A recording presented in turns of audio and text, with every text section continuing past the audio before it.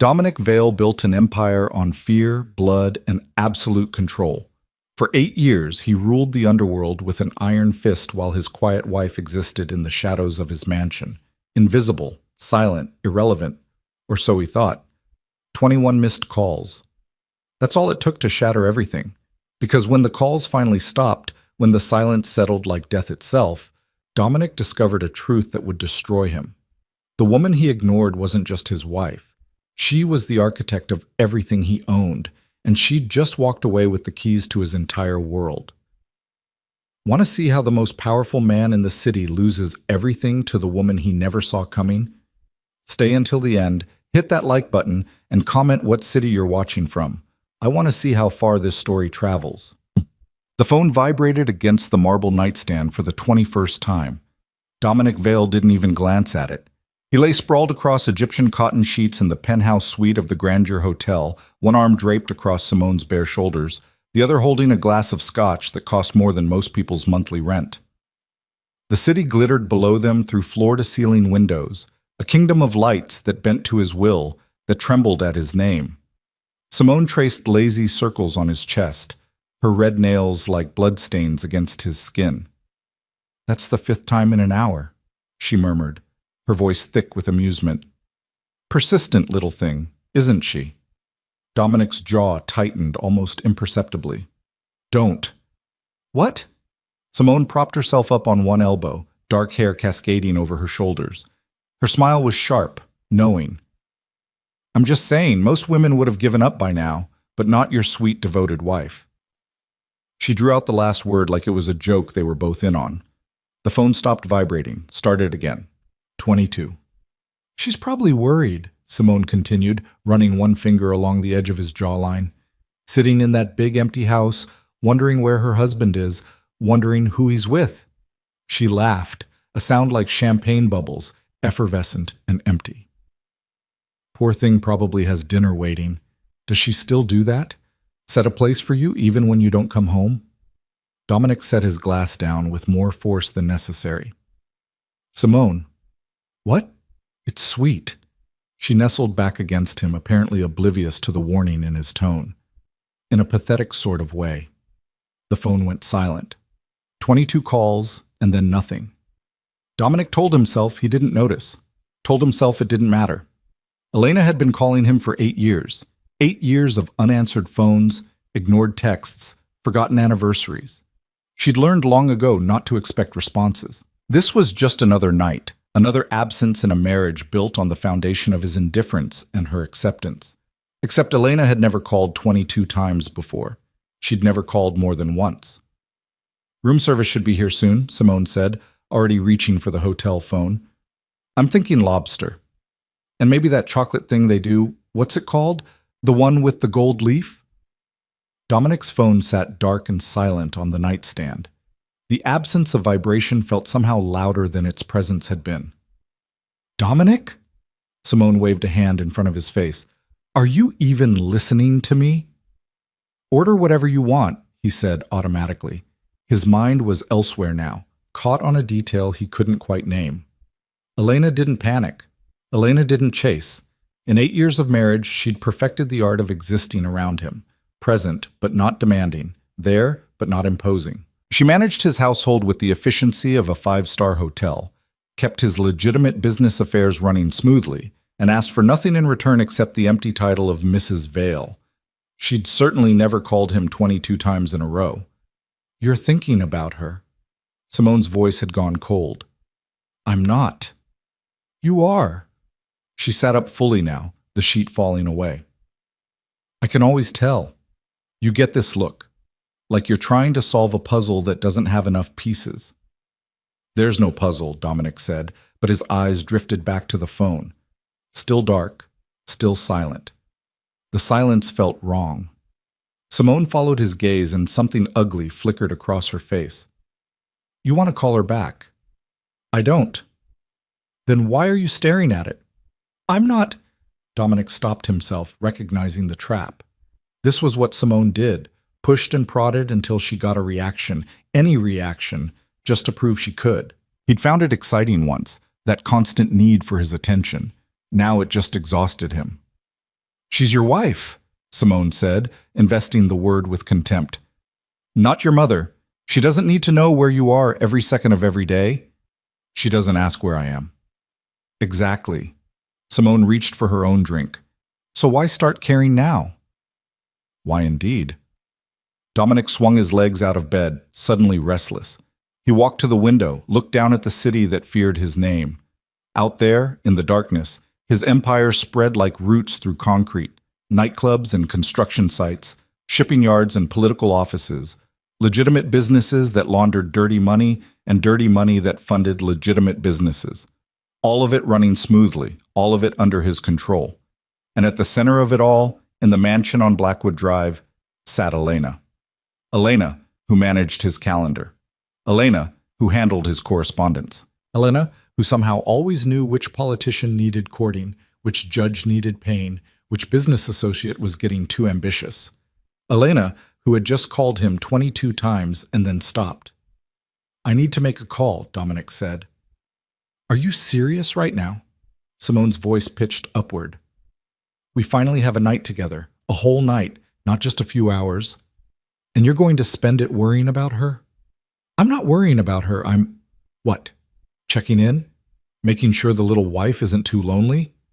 Simone threw back the covers, suddenly furious. Do you have any idea how insulting this is? I'm right here, Dominic, right here, and you can't stop thinking about a woman you barely acknowledge exists. That's not— Just go, Simone snapped. Call her. Go home to her. Whatever. I don't care anymore. But she did care, obviously. Simone always cared, always needed, always demanded. It was exhausting in a way Elena had never been. Dominic picked up his phone.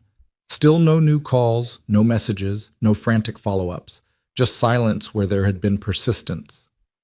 He pulled up Elena's contact, a number he'd saved 8 years ago and rarely used, and hesitated. What would he even say? Sorry I ignored your 22 calls while I was in bed with another woman. Sorry I've been ignoring you for 8 years straight. His thumb hovered over the call button. Oh, this is pathetic, Simone said from the bed. You can't even decide whether to call your own wife. Dominic pressed dial. It rang once, twice, 3 times. Elena always answered on the first ring. Always. It was one of those things about her he'd come to expect, that immediate, quiet availability. Elena answered his calls, managed his schedule, ran his household, and asked for nothing in return except the privilege of continuing to do so. 4 rings, 5. Maybe she's asleep, Simone offered, voice dripping with false sweetness. It is after midnight. 6 rings, 7. Elena never slept before he came home. He knew this because sometimes he'd return at 3, 4 in the morning, and she'd be in her study, light still on, papers spread across her desk. Always working, always available. 8 rings. Voicemail. Dominic ended the call without leaving a message.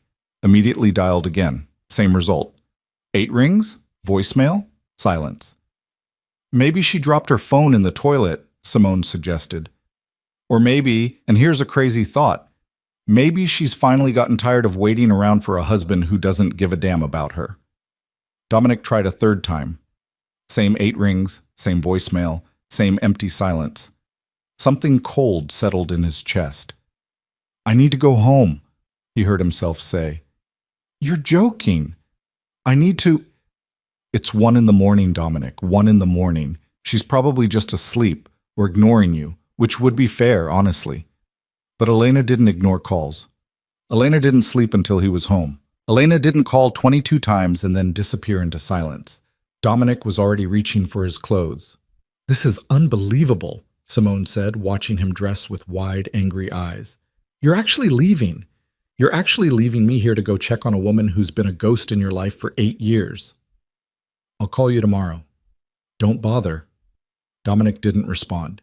He was already halfway to the door, phone in hand, trying Elena's number one more time. Still voicemail. Still silence. The elevator ride down felt like it took hours. His driver, Marcus, was waiting by the car, reading something on his phone with the patient boredom of a man used to waiting.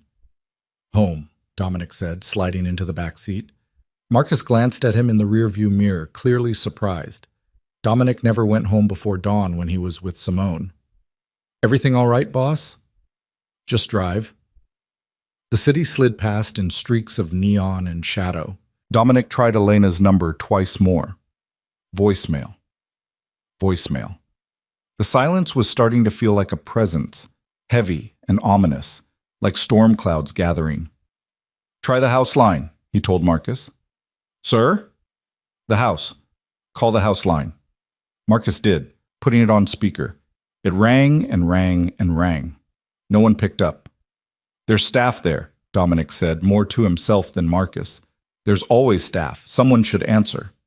Want me to call Mrs. Chen? Marcus offered. Mrs. Chen was the head housekeeper, a woman who'd been with the household for 6 years. Do it, Marcus dialed. It rang 4 times before a groggy voice answered. Hello? Mrs. Chen, this is Marcus. Is Mrs. Vale at home? There was a pause. A long pause. I don't know, sir. What do you mean you don't know? I mean, I'm not at the house right now. Mrs. Vale gave us all the night off, all of us. Said something about deep cleaning in the morning, told us to come in at noon instead of 8. Dominic felt something shift in his chest. She gave everyone the night off? Yes, sir. Is something wrong? When did she do this? This afternoon. Around 3, I think. She seemed... Mrs. Chen hesitated. She seemed very calm about it, very organized, like she'd been planning it. Dominic ended the call. Drive faster. Marcus pressed the accelerator. The city gave way to suburbs to the exclusive estates where men like Dominic kept their families locked away from the ugliness of their real lives. Trees lined the road now, thick and dark, blocking out the moon. The mansion came into view like something from a Gothic novel, all stone and iron, walls and gates, security cameras and motion sensors. Home. Prison. Monument to wealth earned in blood. The gates were open. The gates were never open. Boss, Marcus said carefully. I see it. They drove through, gravel crunching under the tires. The house loomed ahead, dark except for the porch lights. No glow from Elena's study. No light in the bedroom windows. Just darkness and silence. Marcus stopped the car in the circular driveway. Dominic was out before the engine fully shut off, taking the front steps 2 at a time. The door was unlocked. The door was never unlocked. He pushed it open and stepped into absolute silence. No hum of the security system, no distant sound of staff moving through the house, no presence of any kind. Elena? His voice echoed in the foyer. Nothing. Dominic flipped on lights as he moved through the house. The main living room, empty and pristine.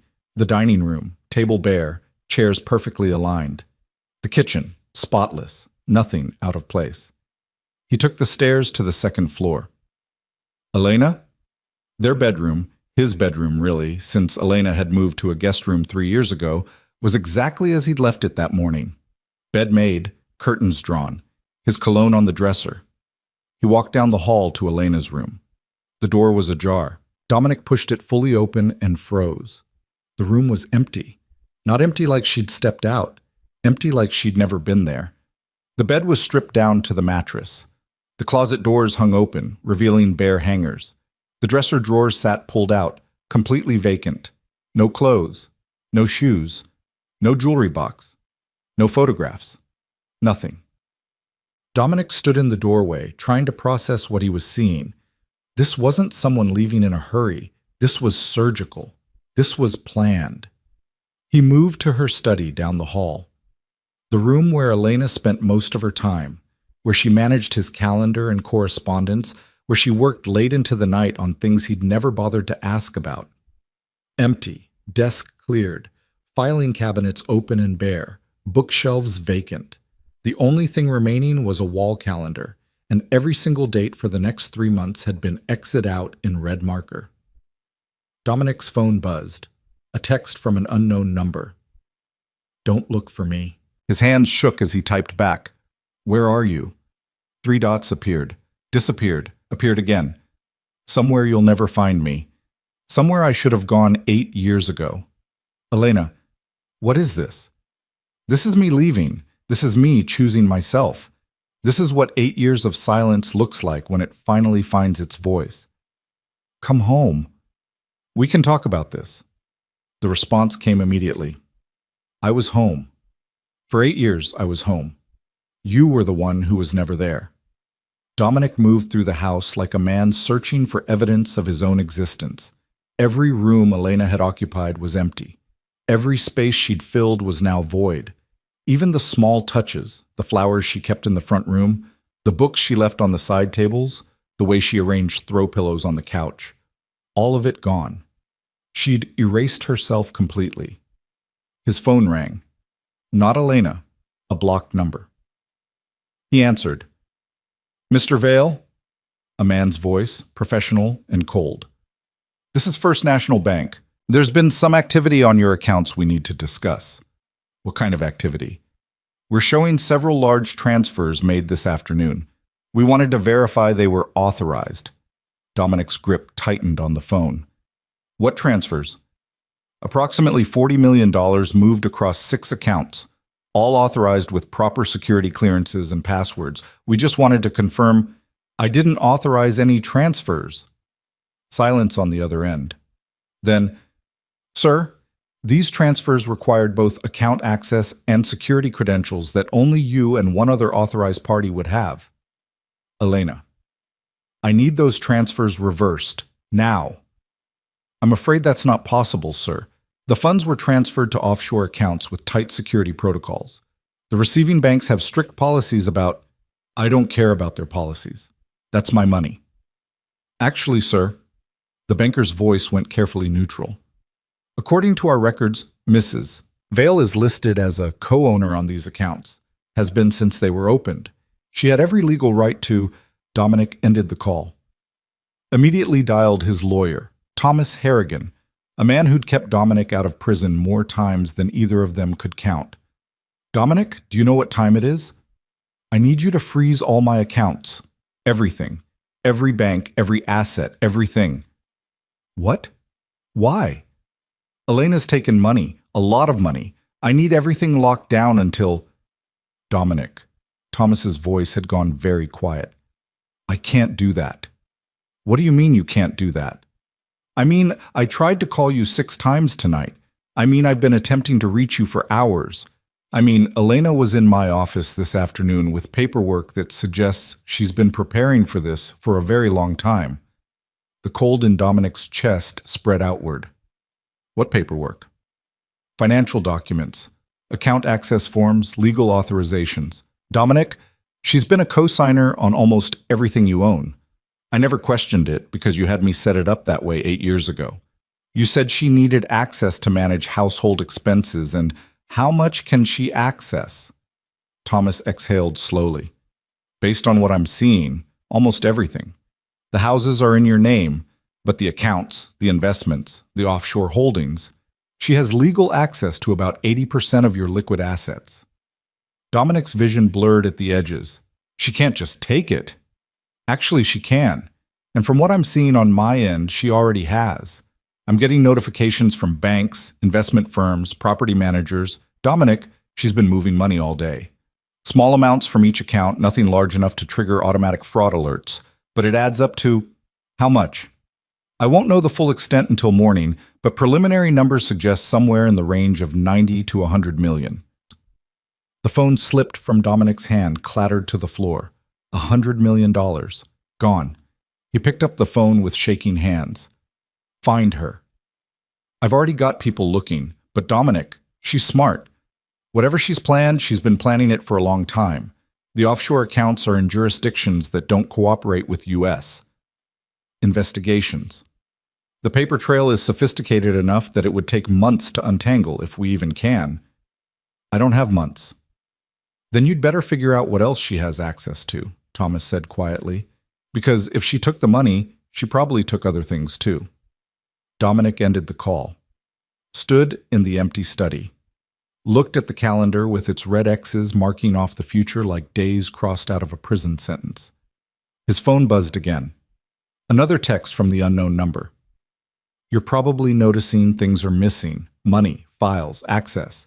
It's remarkable what a person can accomplish when they're invisible, when no one pays attention, when everyone assumes you're just the quiet wife who doesn't matter.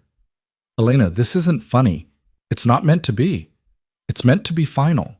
You can't just take my money and disappear. Our money, our accounts, our empire. Or did you forget that you made me a co-owner of almost everything you built? Did you forget because I was so invisible you stopped seeing me as a person at all? Dominic's jaw clenched. Where are you? Does it matter? You never cared where I was before. I'm giving you one chance to fix this. Bring back the money. Come home. We'll forget this happened. The response took longer this time. When it came, it was just 4 words. There is no home. Then, a minute later, another message. By the way, you should check your office.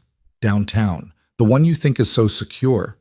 Dominic was already moving, already calling Marcus, already running down the stairs. They made the drive to his downtown office in 20 minutes. A drive that should have taken 40. Marcus ran 2 red lights and didn't slow down for either. The building rose 30 stories above the financial district, all glass and steel and modern architecture.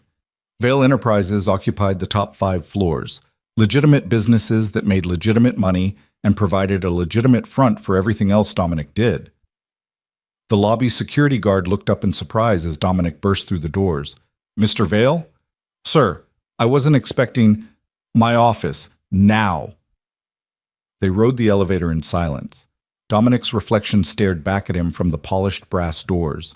A man in expensive clothes with expensive problems. A man who'd built an empire and never noticed the foundation crumbling beneath his feet. The executive floor was dark except for emergency lighting. Dominic's office sat at the far end, behind double doors of imported mahogany, overlooking the city he'd conquered. The doors were unlocked. Everything was gone. Not the furniture, that remained. But the files, the computers, the documents, the hard drives, all of it vanished. His desk drawers hung open and empty. The filing cabinet sat bare. Even the safe behind the painting was open, door ajar, interior void. Dominic walked to his desk like a man in a dream. In the center, perfectly aligned, sat a single piece of paper. He picked it up with trembling hands. Dear Dominic, by now you've probably noticed that I've taken some things. Money, files, access codes, security clearances, the keys to every kingdom you thought you built alone. You're probably angry, probably confused, probably wondering how your quiet, invisible wife managed to dismantle your empire in a single afternoon. The answer is simple. I didn't dismantle it in an afternoon. I've been dismantling it for 8 years. Every day you ignored me. Every night you didn't come home. Every moment you treated me like furniture instead of a person. I was working, planning, preparing. You gave me access because I was convenient, because I managed things you didn't want to bother with, because I was invisible enough that you stopped questioning what I was doing, stopped monitoring what I could see, stopped caring what I knew. You gave me the keys to your kingdom because you never imagined I'd use them. That was your first mistake. Your second was thinking you could treat someone like a ghost for 8 years and never face consequences. The money is gone. The files are gone. The digital trails are gone. I took everything that mattered and left everything that didn't. The empire you're standing in right now, it's a shell, a facade, a beautiful, expensive, empty nothing. Don't look for me. You won't find me. Don't try to undo this. You can't. Don't expect mercy. I learned from the best, and you taught me that mercy is weakness. You ignored 22 calls tonight, Dominic. 22 chances to stop this before it started. 22 moments where you could have chosen differently, but you didn't. And now the only thing you're going to hear from me is silence. E. Dominic read the letter 3 times, 4 times, 5. His phone rang. Not Elena this time. A number he recognized. Victor Russo, his second in command, the man who handled the illegal side of operations while Dominic maintained plausible deniability in the legitimate world. We've got a problem, Victor said without preamble. I know. No, you don't. The shipment that was supposed to arrive tonight, it's gone. The warehouse where we store the product, emptied. The trucks we use for transport, impounded. And the cops who we pay to look the other way? They're suddenly developing consciences. Dominic closed his eyes. How is that possible? I don't know, but it gets worse. The files we keep on all our political connections, all the judges and cops and city officials we've been paying off for years. Someone leaked them. I'm getting calls from people I haven't talked to in months, all of them panicking, all of them cutting ties. Who leaked them? I don't know, but whoever did it knew exactly where everything was kept. Knew every password, every security protocol, every... Victor stopped. Oh, hell. What? The files. The organization system. The way everything was cataloged and cross-referenced. That was never you, boss. That was never your style. Elena, Dominic whispered. Your wife? Your wife had access to the dirty files? She had access to everything. The admission felt like broken glass in his throat. I gave her access to everything because I needed someone to manage it, and I didn't want to bother. Victor was quiet for a long moment. Then, how long has she been planning this? I don't know. What does she want? I don't know that either. We'll figure it out, because right now we've got the Russians looking to move in on our territory, the Italians asking questions about our operation, and the Irish wondering if we're weak enough to take down. If word gets out that we've been compromised, word won't get out. It already is. I've got 3 different families asking me if the rumors are true, if you've lost control, if the Vale Empire is falling apart. Tell them... Dominic stopped. Tell them what? That his wife had systematically dismantled his operation? That the woman he'd ignored for 8 years had been the architect holding everything together? Tell them we're handling it. Are we?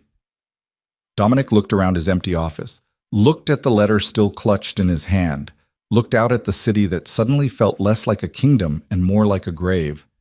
I'll call you back, he said, and ended the call.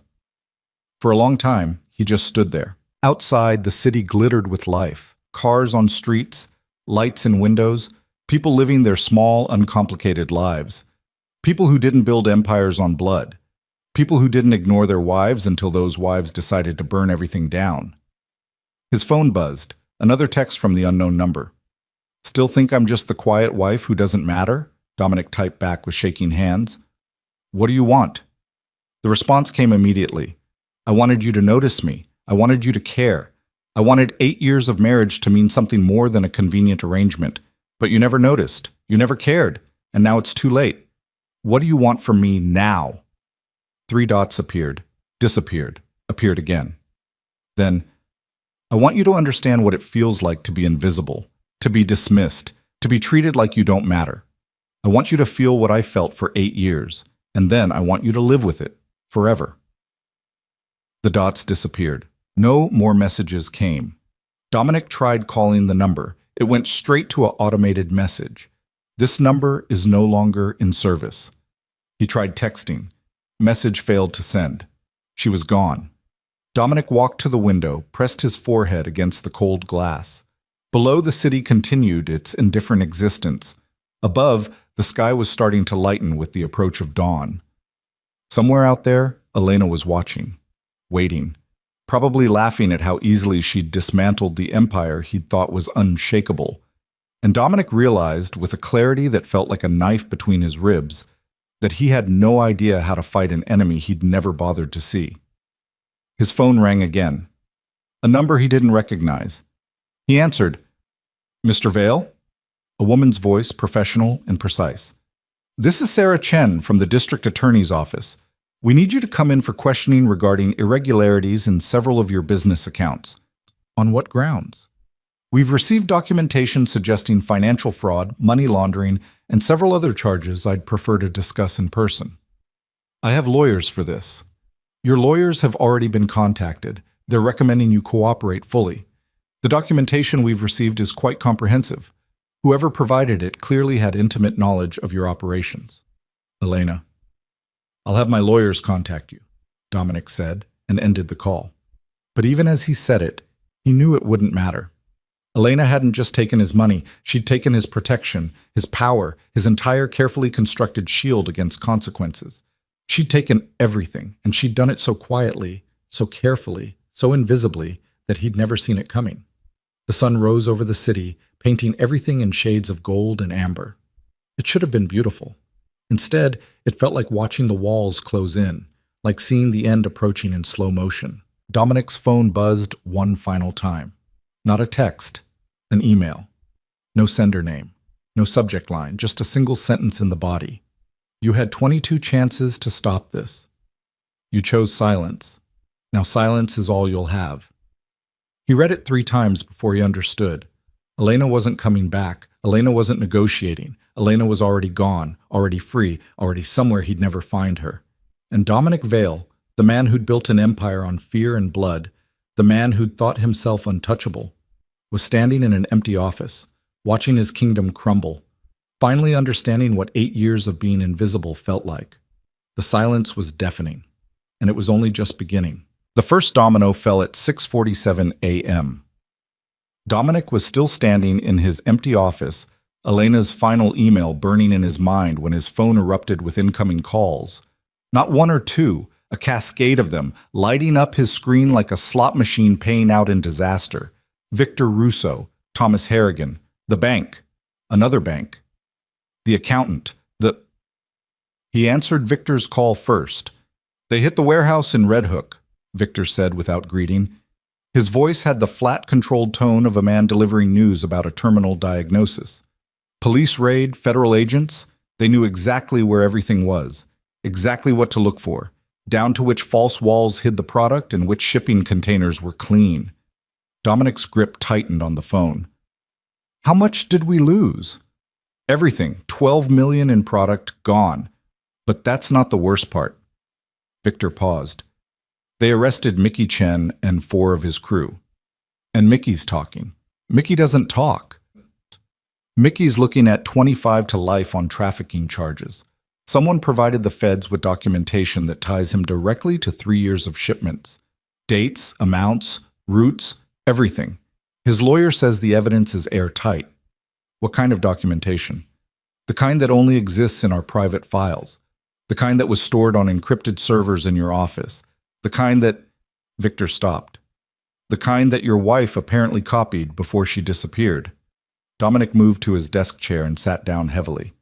Outside the window, the city was waking up. Delivery trucks on the streets, lights coming on in office windows. The ordinary machinery of an ordinary day. Nothing felt ordinary anymore. "How bad is it?" he asked. "I've got guys calling from 6 different operations, all reporting the same thing. Raids, arrests, files leaked. It's coordinated, boss. Someone gave law enforcement a roadmap to everything we do. Elena doesn't know about the operations side. She never—" Dominic stopped, realizing how absurd the statement sounded even as he said it. "She never asked about it." "She didn't need to ask," Victor said quietly. "She just needed access to your files, which you gave her 8 years ago." The second call came from Thomas Harrigan.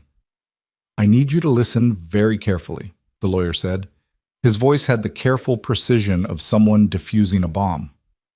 "The DA's office has enough documentation to indict you on 17 separate charges: money laundering, tax evasion, wire fraud, RICO violations, and those are just the ones I know about." "Based on what evidence?" "Based on 8 years of meticulously organized financial records that someone provided them. Records that track every illegal dollar you've ever moved, every shell company you've ever used, every bribe you've ever paid. Dominic, whoever compiled this documentation understood your entire operation better than you do." Dominic closed his eyes. Saw Elena in her study, working late into the night. Elena with her spreadsheets and filing systems. Elena who never complained about the work, never asked what it was for, never questioned why certain accounts needed to be kept separate from others. Elena, who'd been building a case against him for 8 years. "How long do I have?" he asked. "Hours, maybe less. They're building an arrest warrant now. I'm trying to negotiate terms for you to surrender voluntarily, but Dominic, they don't want to negotiate. They think they've got you cold. They don't have anything without Elena's testimony. They don't need her testimony. She gave them documents, physical evidence, the kind of evidence that stands up in court whether the witness appears or not." Thomas exhaled slowly. "Where is she?" "I don't know." "Find her, because she's the only one who can make this go away." But Elena didn't want it to go away. Elena wanted exactly this. Dominic cornered, exposed, facing consequences he'd avoided for years. The third call came from Judge Raymond Porter, a man Dominic had kept on his payroll for the better part of 5 years. Don't call this number again, Porter said immediately. Raymond, listen. No, you listen. Someone leaked files, names, dates, amounts. Every payment I've ever taken from you is documented. My career is over. My marriage is probably over. My freedom is in question. And you want to know the worst part? The files are organized so well that prosecutors won't even have to work hard to use them. It's all there. Labeled, cross-referenced, perfect. I can fix this. You can't fix this. No one can fix this. Do you understand what she did?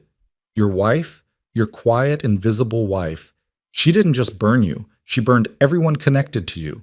Every judge, every cop, every politician who ever took your money. We're all exposed. We're all done. Raymond, don't call me. Don't contact me. And if you're smart, you'll disappear before they come for you. Because when they do come, they're bringing everything. The call ended. Dominic sat in the growing light of dawn and felt his empire crumbling in real time.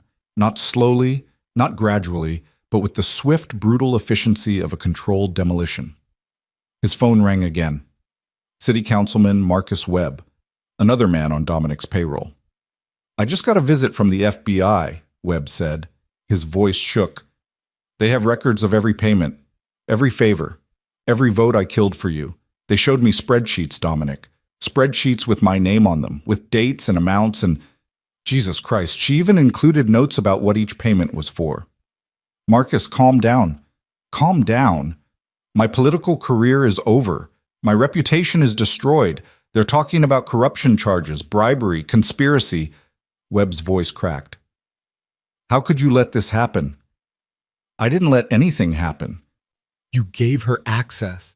You let your wife waltz into your operation and copy everything. Do you have any idea how incompetent that makes you look? How incompetent it makes all of us look. I'm working on fixing it. There's nothing to fix. She won. Don't you get it? She systematically destroyed everything you built, and she did it so cleanly that there's no way back. The only question now is how many of us go to prison. Marcus ended the call. Dominic's hands were shaking. He pressed them flat against the desk, tried to steady his breathing, tried to think through the chaos. Elena had access to the financial files. He'd known that. She managed the household accounts, the legitimate business accounts, some of the investment portfolios. But the illegal operations, the bribes and payoffs, the documentation of crimes? He'd never told her about those, which meant she'd found them on her own, which meant she'd been digging through his files for years, probably. Learning his systems, memorizing his passwords, understanding his operation better than he understood it himself. The phone rang again. Another call. Another domino falling. Detective Sarah Chen from the DA's office called back. Mr. Vale, I strongly suggest you come in voluntarily. We have agents en route to your office and your home. This will go much easier if you cooperate. I want to speak to my lawyer first. Your lawyer has already been informed. He's waiting for you at our office. I'm not going anywhere until... Mr. Vale, we have documentation of 17 different criminal enterprises. We have financial records spanning 8 years. We have testimony from 3 people who've already agreed to cooperate in exchange for reduced sentences. This is happening whether you participate or not. The only question is how difficult you want to make it. Dominic ended the call without responding. He needed to think, needed to plan, needed to figure out how Elena had done this and how he could undo it.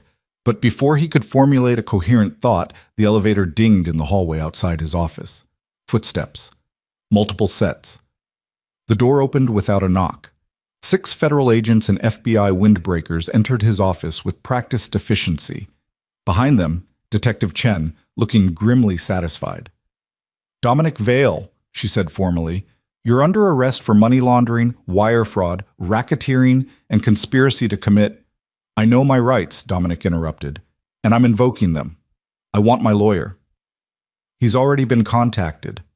They cuffed him, metal cold against his wrists, clicking shut with a finality that echoed in the empty room. As they led him toward the elevator, Dominic caught his reflection in the glass wall of his office. He looked exactly like what he was, a man who'd built everything on a foundation of sand and arrogance, watching it all wash away. The perp walk through the lobby was designed for maximum humiliation. Morning employees arriving for work stopped and stared.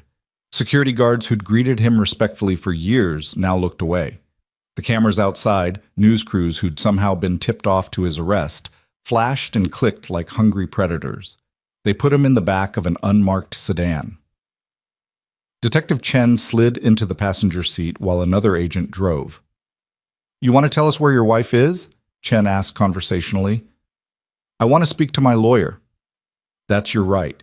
But just so you know, we don't actually need her. She gave us everything we need to put you away for 25 years minimum. Financial records, digital trails, witness statements she collected over the years. It's the most thorough case I've seen in 15 years with the DA's office." "Then why do you want to find her?" Chen turned in her seat to look at him. Because "Because we want to know how a woman with no legal training, no law enforcement background, and no apparent connection to any criminal enterprise managed to build a case this airtight. We want to know how she did it, and we want to know why she waited 8 years. Dominic looked out the window at the city passing by. "If you figure it out, let me know." The processing took 3 hours. Fingerprints. Photographs. Questions he refused to answer without his lawyer present. They put him in a holding cell that smelled of disinfectant and desperation and left him there to wait. Thomas Harrigan arrived just before noon. They gave them a private room, a small windowless space with a metal table and 2 chairs. Thomas set his briefcase down with a heavy thud. "They've got you," he said without preamble. "I've reviewed the evidence they're willing to share. It's comprehensive, devastating, organized with a level of detail that suggests years of preparation. Can you fight it?" "I can try. But Dominic, we need to be realistic here. They have documentation that you yourself created and stored. They have financial records with your signature. They have communications you sent. Elena didn't fabricate evidence. She just compiled what already existed and presented it in a way that makes prosecution almost trivial." Dominic's jaw clenched. "What are my options?" "Realistically, you can fight this and probably lose, which means 25 to 30 years. Or you can cooperate, provide information on your associates, and maybe get that reduced to 15. I'm not cooperating. Then you're looking at spending the rest of your productive life in prison." "There has to be another option." Thomas opened his briefcase and pulled out a file. "There is one possibility. If we can prove that Elena coerced you, manipulated you, or that you were unaware of the extent of the illegal activities, no one will believe that. Probably not, but it's the only defense I can think of that doesn't involve you turning on everyone who's ever worked for you." Thomas paused. "We could also argue that she violated attorney-client privilege by accessing confidential files, that the evidence was obtained illegally. She was my wife. I gave her access."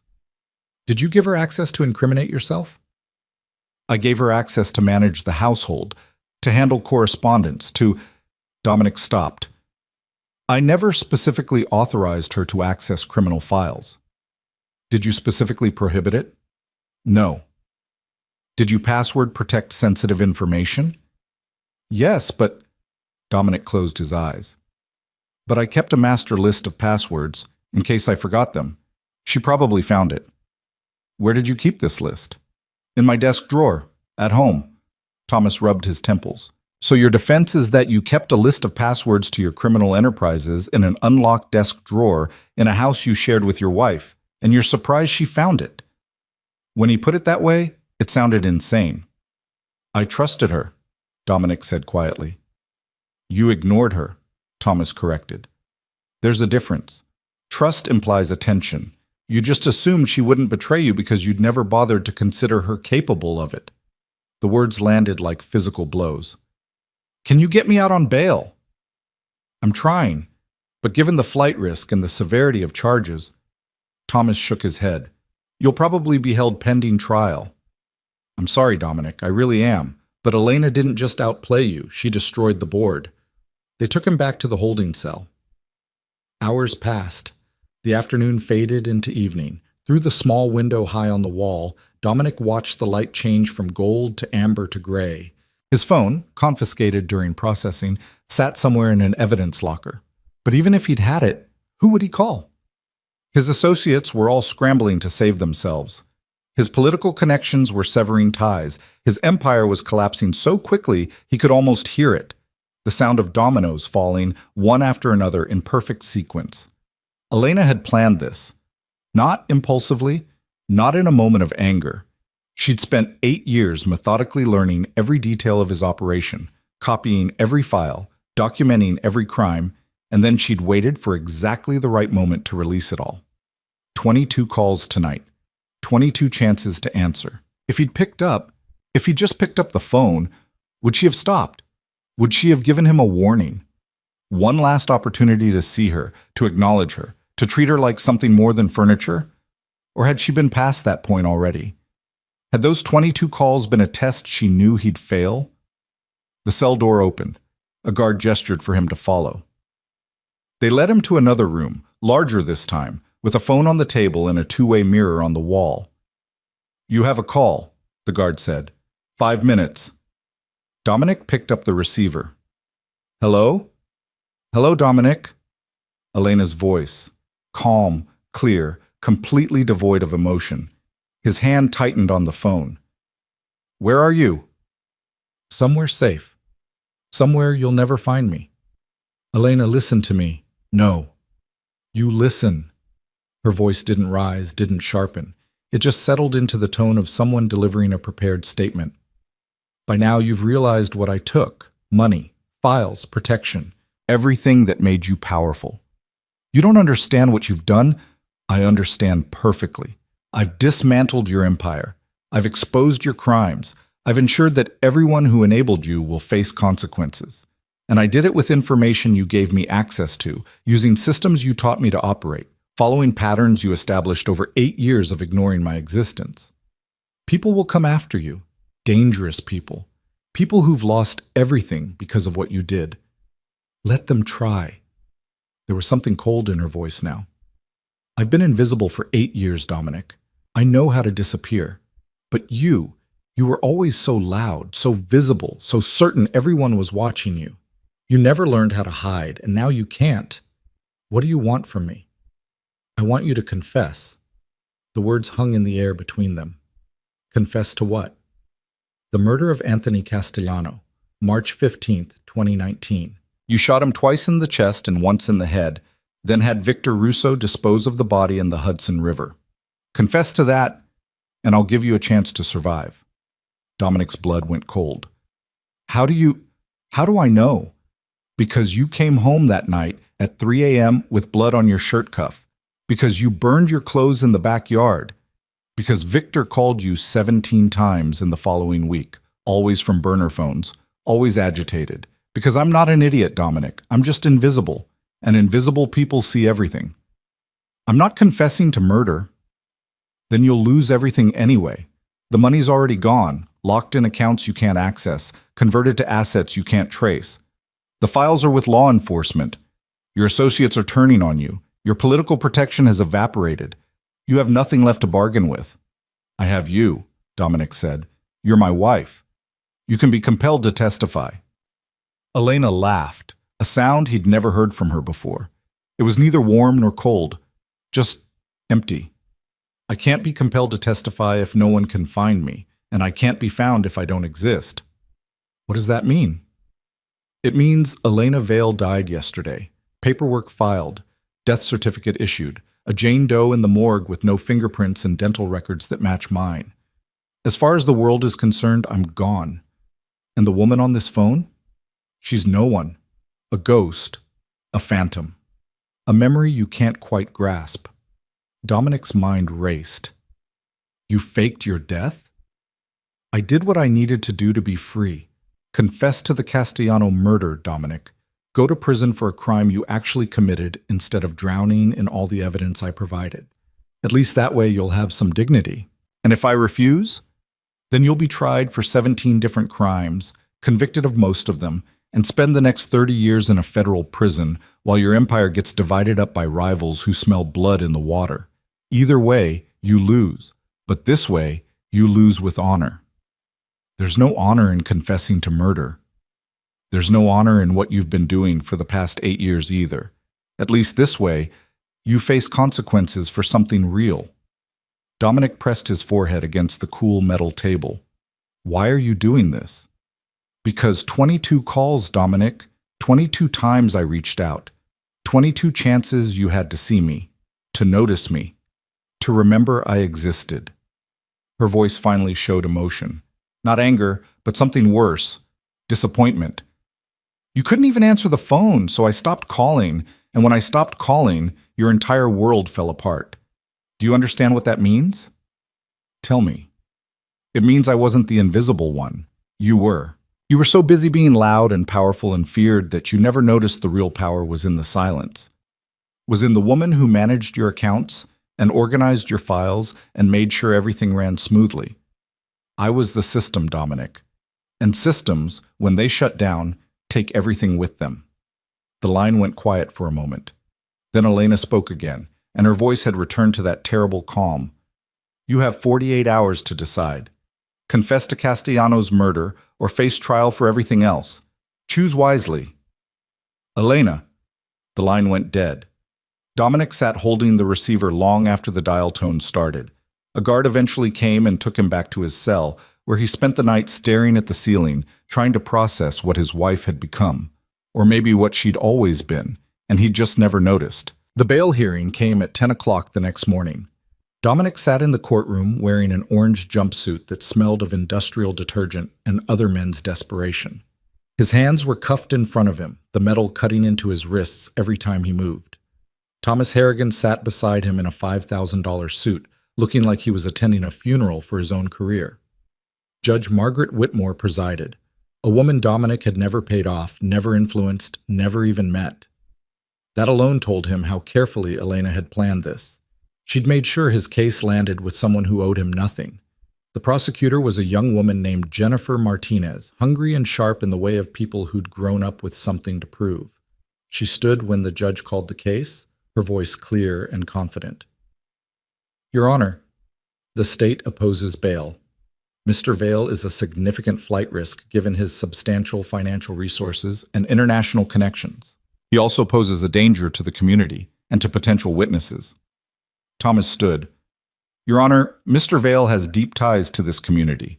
He's lived here for 15 years, owns multiple properties, runs several legitimate businesses. He also ran several illegitimate businesses, Martinez interrupted. Businesses that trafficked in drugs, extortion, and violence. We have documentation showing Mr. Vale ordered assaults on competitors, bribed public officials, and laundered over $200 million through various shell companies. Alleged documentation, Thomas corrected.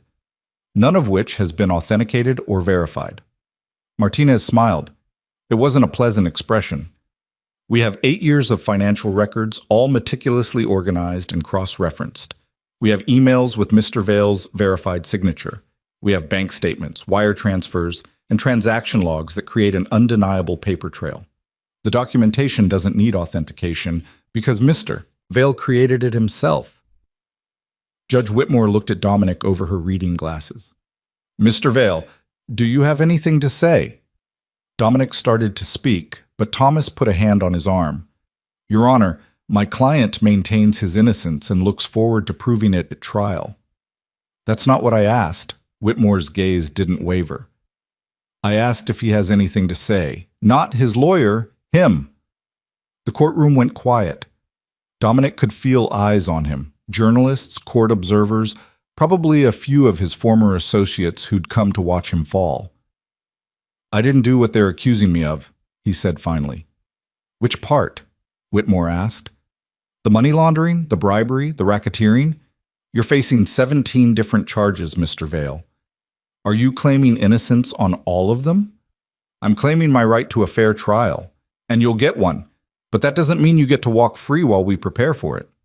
Whitmore looked at the papers in front of her. Bail is denied, Mr. Vale will remain in custody pending trial. Next case. The gavel came down with a sound like a door slamming shut. They took him back to the holding facility, a gray, cheerless place where men waited for their lives to be decided by people who'd never met them.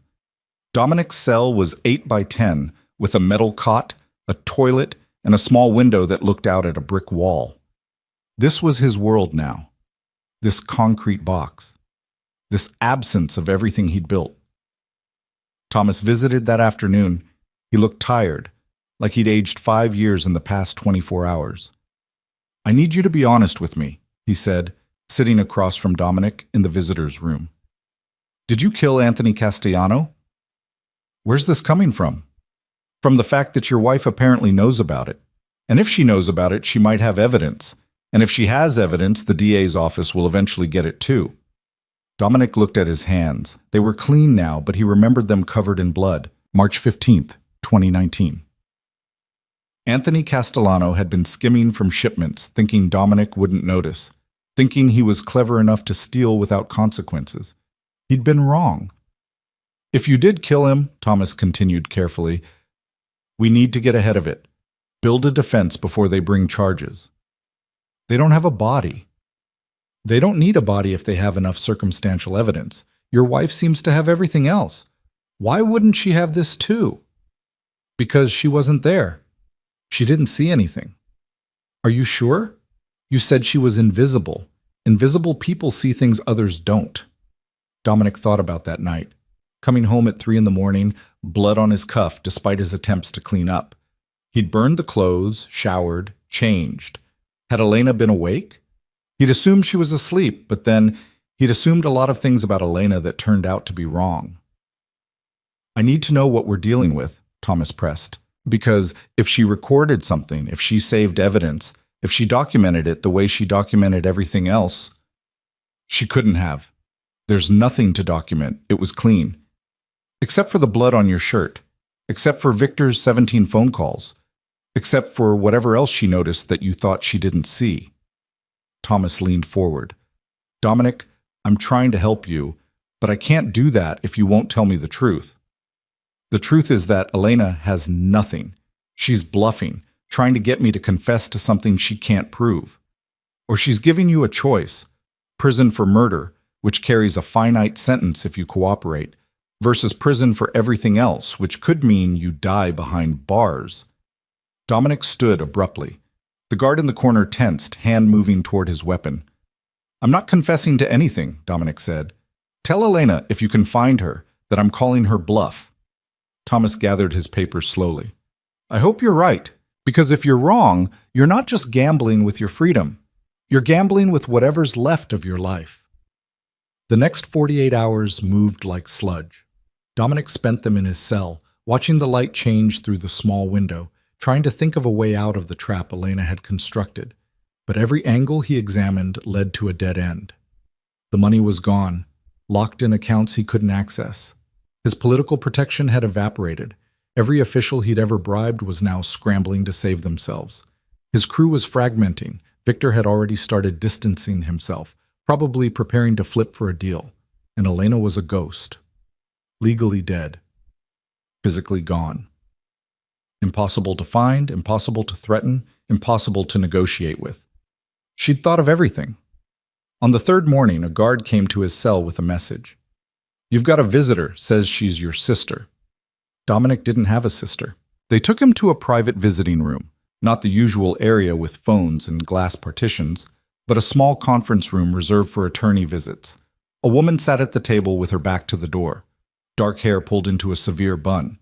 Expensive suit. Posture that suggested complete control. When she turned, Dominic's breath caught. It wasn't Elena, but it looked enough like her. Same height, same build, same careful composure, that for a moment his brain couldn't process the difference. Hello, Dominic, the woman said. Her voice was nothing like Elena's, sharper, more aggressive. My name is Rebecca Stern. I'm an attorney, though I'm not here in that capacity. I'm here to deliver a message from someone you used to know. Elena sent you. Elena is dead, remember? Death certificate filed, body in the morgue. I'm here on behalf of a client who prefers to remain anonymous. Rebecca opened a briefcase and pulled out a tablet. My client asked me to show you something, proof that her offer is genuine. She turned the tablet toward him. The screen showed a video file. Dominic's own mansion, filmed from what looked like a hidden camera in the living room. The timestamp read March 15th, 2019, 3:17 a.m. Rebecca pressed play. On screen, Dominic entered through the front door. His shirt was splattered with blood. His hands shook as he locked the door behind him. He moved through the living room quickly, heading toward the stairs. Then he stopped, turned, looked directly at the camera. No, not at the camera, at something near the camera, Someone. The angle shifted slightly, and Dominic saw himself in profile now. And there, in the corner of the frame, partially obscured by shadow, Elena, standing perfectly still, watching. On screen, Dominic spoke. "What are you doing awake?" Elena's voice so quiet it was almost inaudible. "I heard you come in." "Go back to bed." "You're bleeding." "It's not my blood." A pause. Then, "Whose is it?" On screen, Dominic's face hardened. "Someone who won't be a problem anymore. Go to bed, Elena, and forget you saw anything." Present day. Dominic watched himself walk up the stairs, leaving Elena standing in the shadows. The video continued. Elena stood there for a long moment, not moving. Then she walked to where Dominic had been standing, looked down at the floor. The camera angle shifted again, and Dominic could see what she was looking at. Drops of blood on the marble tile. Elena pulled out her phone, took photographs. Clear, well-lit photographs that showed the blood, the timestamp, the location. Then she cleaned it up. Every drop, methodically, efficiently, like it had never been there. Rebecca stopped the video. "My client has 17 more videos like this," she said calmly. "Moments you thought were private, conversations you thought no one heard, evidence you thought you'd destroyed. She was always watching, Dominic. You just never noticed." Dominic's mouth had gone dry. "That's illegal. Recording someone without their knowledge is inadmissible in some contexts, yes, but my client isn't planning to use these in court. She's planning to use them as leverage. Confess to the Castellano murder, and these videos disappear. Refuse, and they get delivered to the DA's office, along with documentation showing where the body is buried." "She doesn't know where the body is." Rebecca smiled. "Victor Russo dumped it near the industrial pier in Red Hook, weighted down with chains from a construction site you owned. The chains had serial numbers that trace back to your company. The pier has security cameras that stopped working that night, something my client found curious. She spent 3 years piecing together exactly what happened, and now she knows." The room tilted. Dominic gripped the edge of the table. "How?" he managed to ask. "Because she learned from you. You taught her how to be invisible, how to gather information without being noticed, how to build a case piece by piece until the picture becomes undeniable. She just applied those lessons better than you ever did." "What does she want?" "I already told you. A confession, signed and witnessed. You admit to killing Anthony Castellano. You provide details only the killer would know. And in exchange, my client makes certain guarantees." "What guarantees?" Rebecca pulled out a document. "First, the videos stay private. They never see the light of day. Second, my client provides information that helps you negotiate a better sentence, cooperation credit without actually giving up your associates. Third, the money stays gone, but your legal fees get paid. You won't die broke. And if I refuse? Then every video, every photograph, every piece of documentation goes to law enforcement. They build a murder case on top of the 17 charges you're already facing. Your sentence goes from 25 years to life without parole, and you spend whatever remains of your existence knowing that you could have chosen differently." Dominic looked at the frozen image on the tablet. Elena's face, half in shadow, watching him with an expression he'd never seen before. Not fear, not submission, just cold, careful observation. She'd been planning this for years. Not months, years. Every night he'd ignored her, every call he hadn't returned, every moment he'd treated her like furniture. She'd been gathering evidence, building her case, waiting for the perfect moment to strike. "I need time to think," he said. "You have until tomorrow morning. After that, the offer expires, and the videos go public." Rebecca stood, closing her briefcase with a decisive snap. "My client wanted me to tell you something else. She said you had 22 chances to stop this, 22 calls. If you'd answered even one of them, she might have reconsidered. But you didn't, so now you get one chance. One choice. Make it count." She left without another word. Dominic sat alone in the visiting room for a long time, staring at nothing. A guard eventually came to take him back to his cell, where he spent the night weighing his options. Confess to murder or risk life in prison. Admit to something he actually did, or face consequences for everything Elena had documented. Choose the devil, he knew, or gamble on a trial he'd probably lose. By morning, he still hadn't decided. Thomas arrived at 9 o'clock, looking grim. The DA just added murder charges to your indictment. Dominic's stomach dropped. How? Anonymous tip. Someone provided them with enough information to get a search warrant for the Red Hook Pier. They found a body yesterday afternoon. Male, mid-40s, dental records match Anthony Castellano. Cause of death, 3 gunshot wounds, 2 to the chest, 1 to the head. They can't prove I did it. They're working on it. And Dominic, Thomas paused. Victor Russo was arrested this morning. He's already negotiating a deal. If he testifies against you, Victor won't talk. Victor's looking at accessory to murder charges. He'll talk. Everyone talks eventually. Dominic's hands clenched into fists. Elena did this. She's forcing my hand. Then maybe you should take her deal. If she's offering you a way out, it's not a way out. It's a trap. It's a choice, Thomas corrected. A bad one, granted, but it's better than no choice at all.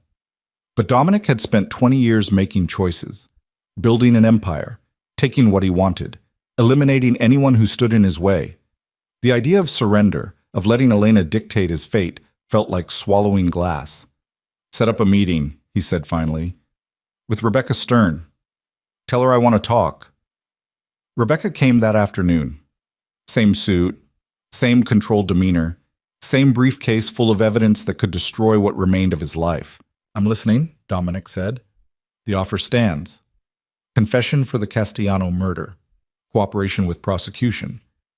In exchange, my client provides mitigating information and pays your legal expenses. I want to speak to Elena directly. That's not possible. Why not? Because my client values her privacy. And because there's nothing to discuss. The terms are clear. Accept or decline. Dominic leaned forward. Tell your client that I have information too. Things she doesn't know. Things that could hurt people she cares about. Rebecca's expression didn't change. My client doesn't care about anyone. You made sure of that over 8 years of neglect. Threats don't work on people who have nothing left to lose. Everyone has something to lose. Not her. She's legally dead, financially secure, geographically unknown. You can't threaten her family because you never asked if she had one. You can't threaten her friends because she never mentioned them. You made her invisible, Dominic, and now that invisibility is her greatest weapon. The truth of it hit like a physical blow. He didn't know anything about Elena. Not really. Not her history before they married, not her family, not her dreams or fears or weaknesses. He'd never asked, never cared. She was a ghost because he'd made her one. What if I fight this? He asked. What if I refuse to confess and take my chances at trial? Then you lose. The evidence is overwhelming. The witnesses are cooperating. The paper trail is perfect. You might delay the inevitable for a few months, but the outcome is certain. Rebecca pulled out another document.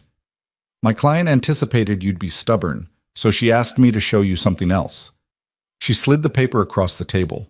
It was a detailed breakdown of his organization, every operation, every player, every connection, names, addresses, criminal histories, current locations, everything someone would need to completely dismantle what remained of his empire.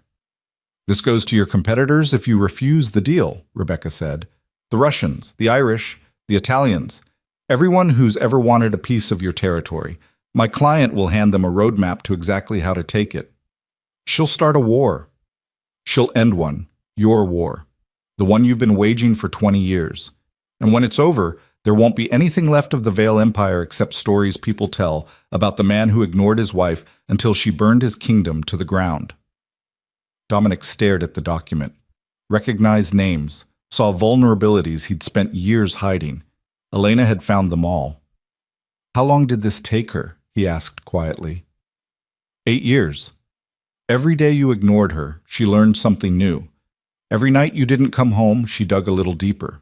You taught her patience, Dominic. You taught her how to wait, how to plan, how to strike when the moment was perfect. You just never imagined she'd use those lessons against you. She's destroying everything. No, you destroyed everything.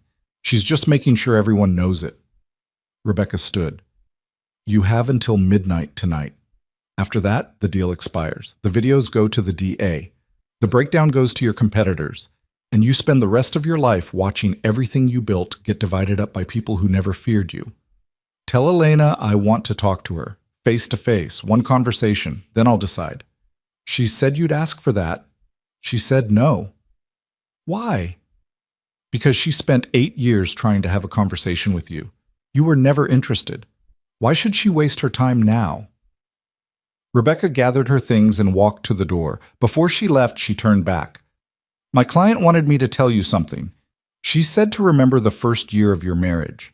She said you'll understand what she means. Then she was gone. Dominic sat alone in the visiting room, trying to remember. The first year. What happened the first year? They'd married quickly. A business arrangement more than a romance. Elena had been working as an accountant for one of his legitimate companies. Quiet, efficient, useful. He'd needed a wife for appearances, for the social circles he was trying to infiltrate. She'd needed security, or so he'd assumed. He'd never asked what she needed. The first year had been fine. Elena had managed the household, hosted dinners, made small talk with the wives of his associates. She'd been perfect in her role, invisible but present, useful but undemanding. And Dominic had ignored her, even then, even when the marriage was new and there might have been a chance for something real. He'd taught her to be invisible by treating her that way from the very beginning. The guard came to take him back to his cell. Dominic went without protest, his mind spinning through 8 years of moments he'd missed, conversations he'd avoided, calls he'd ignored, 22 chances, 22 moments where he could have chosen differently. And now he had one more choice, the last one Elena would ever give him: confess or lose everything. The question was whether he had any pride left worth protecting, or if Elena had already taken that too. Midnight came and went without Dominic making a decision. He lay on the thin mattress in his cell, staring at the ceiling where shadows from the hallway lights created shifting patterns that reminded him of nothing and everything. The deadline had passed. Rebecca Stern's ultimatum had expired, and still, Dominic hadn't signed the confession sitting on the small metal desk in the corner of his cell. Pride, he told himself. It was about pride. But deep down, in a place he didn't want to examine too closely, he knew it was something else. Signing that confession meant admitting Elena had won. Completely. Irrevocably. It meant acknowledging that the woman he'd dismissed as furniture for 8 years had dismantled him with surgical precision. It meant accepting that he had never been as powerful as he thought. The morning brought consequences. Thomas arrived at 7, his face the color of old concrete. He didn't bother sitting down, just stood on the other side of the plexiglass partition in the visitors area and stared at Dominic like he was looking at a corpse. They found Victor, Thomas said flatly. What do you mean they found him? I mean, someone gave your competitors his location. He was in a safe house in Queens, waiting for his lawyer to finalize his cooperation deal with the DA. The Irish got to him first. Thomas's voice cracked slightly. They found him this morning, tortured, beaten, shot twice in the head. Same signature as how you killed Castellano. The room went cold. I know you didn't. You've been in here. But someone wanted it to look like you did, or like your organization did. And now the DA thinks you ordered a hit from inside custody. They're adding witness tampering and conspiracy to commit murder to your charges. Elena. The name came out like poison. Probably. Or someone working for her. Either way, she kept her promise. She said if you didn't confess, she'd give your competitors the information they needed to dismantle your organization. Victor was just the first domino. She had him killed? She had him exposed. What happened after that? Thomas shrugged helplessly. You know how this works, Dominic. You've done it yourself. You find out where someone is hiding, you let the right people know, and nature takes its course. She didn't pull the trigger, she just made sure someone else would. Dominic's hands were shaking. Get me a phone, I need to talk to her. You can't. She's dead, remember? And even if she wasn't, she made it clear she's done talking. You had your chance. Multiple chances. You didn't take them. Then get me Rebecca Stern. I tried. She's not returning my calls. Dominic, I think the deal is off the table. I think Elena just moved to the next phase of whatever she's planning. What next phase? Thomas pulled out his phone and showed Dominic the screen. It displayed a news article from an hour ago. Organized Crime Summit. Rival families converge on New York. The Russians, the Irish, the Italians, they're all meeting today, probably to discuss how to carve up your territory now that you're locked up and your second-in-command is dead. Someone organized this meeting. Someone gave them reason to believe now is the time to strike. Elena can't control mob families. She doesn't have that kind of reach. She doesn't need to control them. She just needs to give them information, names, locations, vulnerabilities, everything she documented over the years. She turns your own intelligence against you, and they do the rest. Dominic slumped against the wall. Outside the small window of the visitor's room, he could see a slice of gray sky. The world continuing on without him, the empire he'd built being divided up like spoils of war. "How bad is it?" he asked. "4 of your warehouses were hit last night. The legitimate businesses are hemorrhaging money because key personnel are fleeing before they get caught up in whatever's coming. Your accounts, the ones Elena didn't drain, are frozen by law enforcement.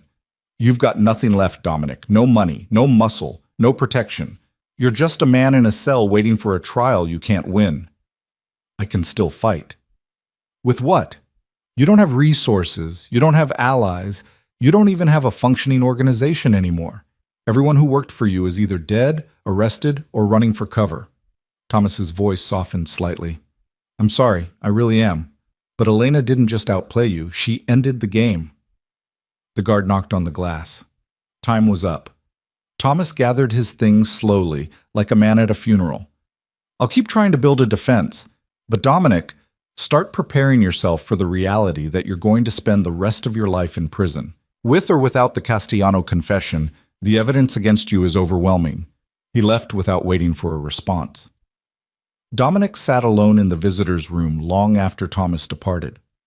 A different guard eventually came to escort him back to his cell, where the unsigned confession still sat on the desk, mocking him with its blank signature line. The afternoon brought more bad news. A guard delivered a package, a large manila envelope with no return address. Inside was a thumb drive and a handwritten note on expensive paper. The note read, "You should have answered the phone. E." Dominic stared at it for a long moment. Then he called for the guard. "I need access to a computer. This is evidence relevant to my case." The guard looked skeptical, but eventually fetched a supervisor. An hour later, they set him up in a secure room with a laptop isolated from any network. A guard stood in the corner, watching. Dominic inserted the thumb drive. One folder, 22 files. He clicked on the first one. It was a video, timestamped from 6 years ago. Elena sitting in her study, speaking directly to the camera. Her voice was calm, measured, completely controlled. "This is documentation log number 1. Today is August 3rd, and I've decided to start recording everything. Not because I think anyone will ever see this, but because I need to remember why I'm doing what I'm doing. I need proof, even if it's just for myself, that I'm not crazy, that this is real, that I'm married to a man who's forgotten I exist." She paused, looking down at something off camera. When she looked back up, her eyes were dry but distant. "Dominic didn't come home again last night. That's the 4th time this week. I know where he is. I always know where he is because I manage his calendar, his phone records, his credit card statements. He's with her. Simone, the woman he thinks I don't know about, the woman he's been seeing for 3 years." Another pause. "I could confront him. I could demand answers. I could leave. But what would that accomplish? He doesn't love me. He never loved me. This marriage was always a transaction. I just forgot that somewhere along the way. I forgot that I was hired for a job, not chosen for a partnership." Elena's face hardened slightly. "So I'm going to do my job, better than he ever imagined. I'm going to manage his empire so efficiently, so completely, that he won't even notice I'm building an exit strategy at the same time. Every file I organize, I'll copy. Every password I'm given, I'll document.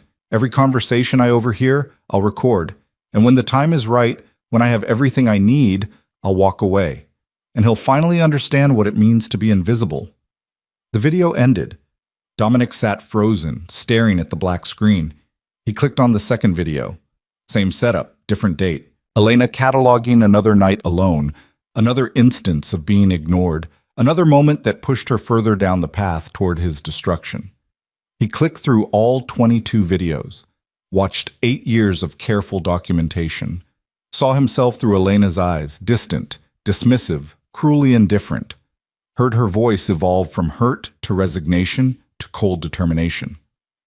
Each video corresponded to a moment he'd ignored her, a birthday he'd forgotten, an anniversary he'd missed, a dinner she'd made that he never came home to eat. Small moments that accumulated into an avalanche of evidence that he'd never seen her as human. The last video was dated 2 days ago, the night of the 22 calls. Elena looked older in this one, not in years, but in the way trauma ages people from the inside out. Her eyes held something that might have been sadness or might have been satisfaction. Probably both. "This is the last log," she said. "In a few hours, I'm going to call Dominic 22 times.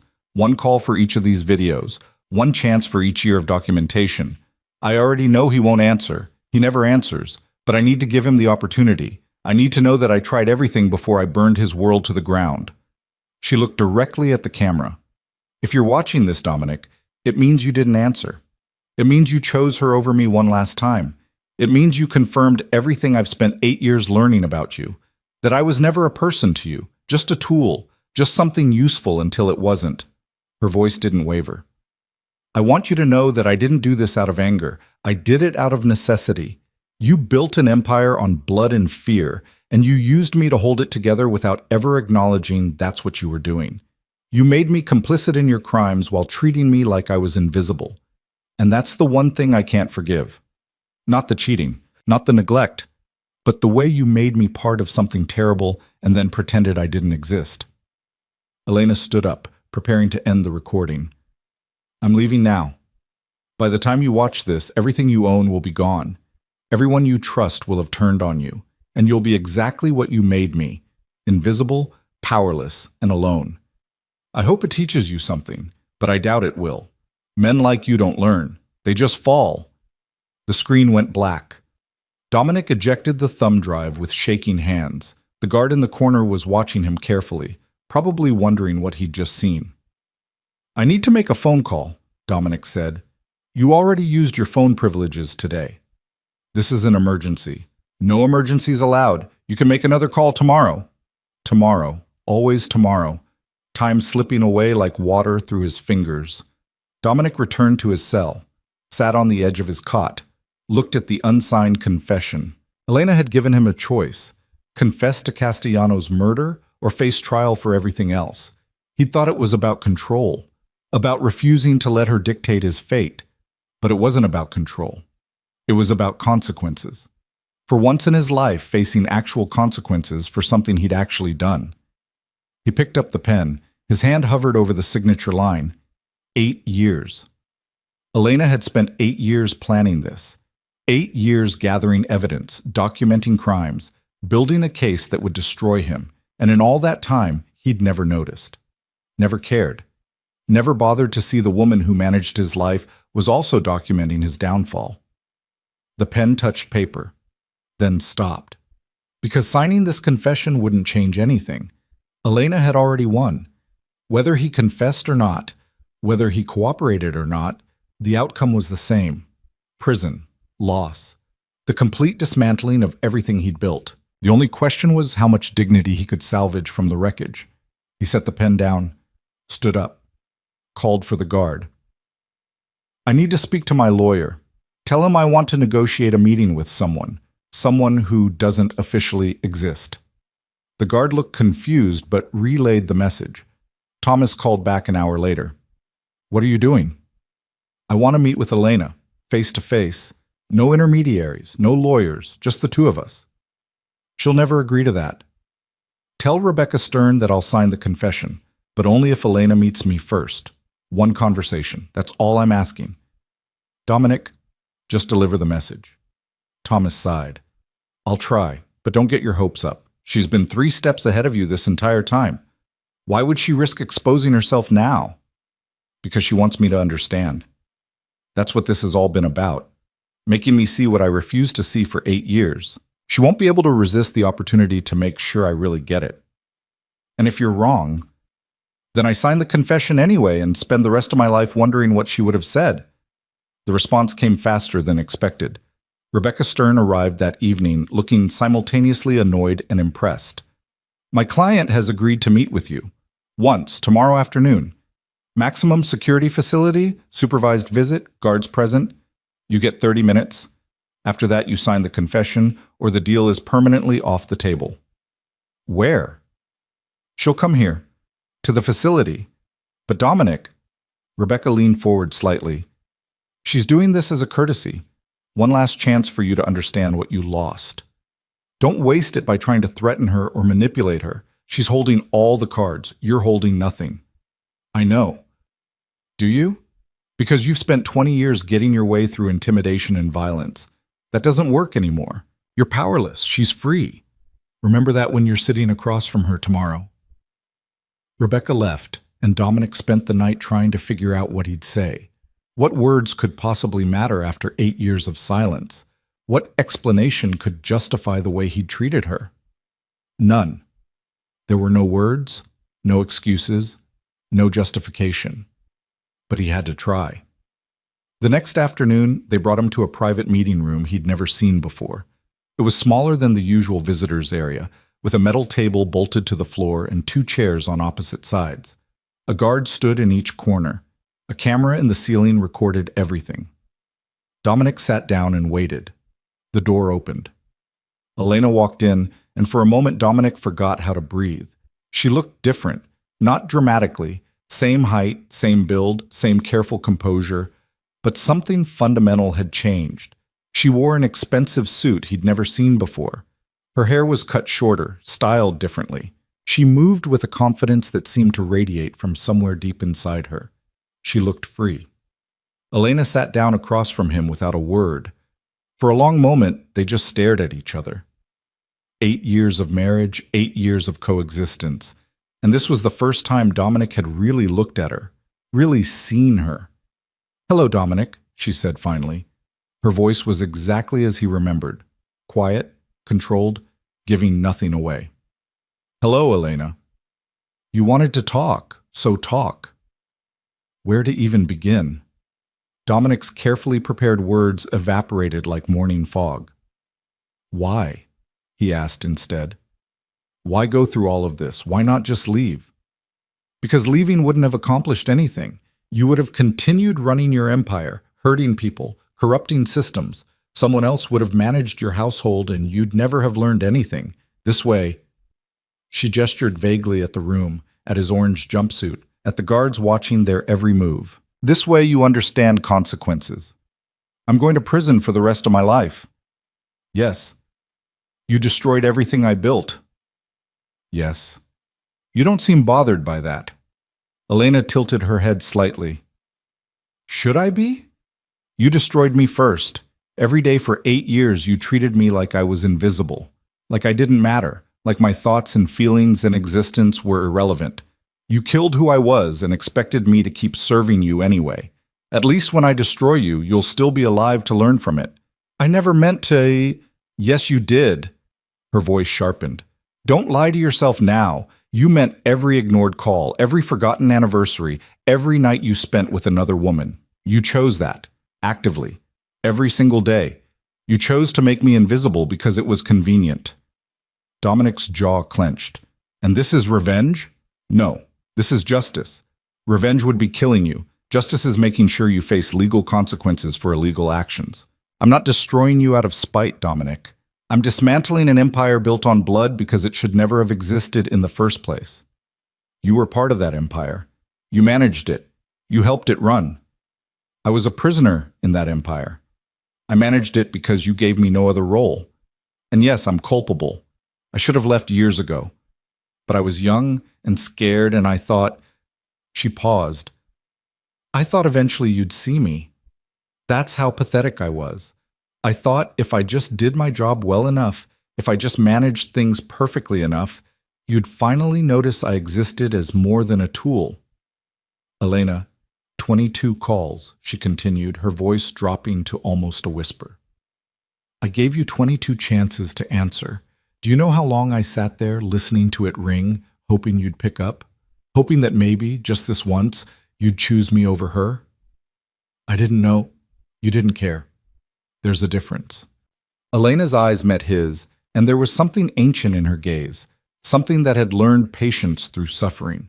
You didn't know because you never asked.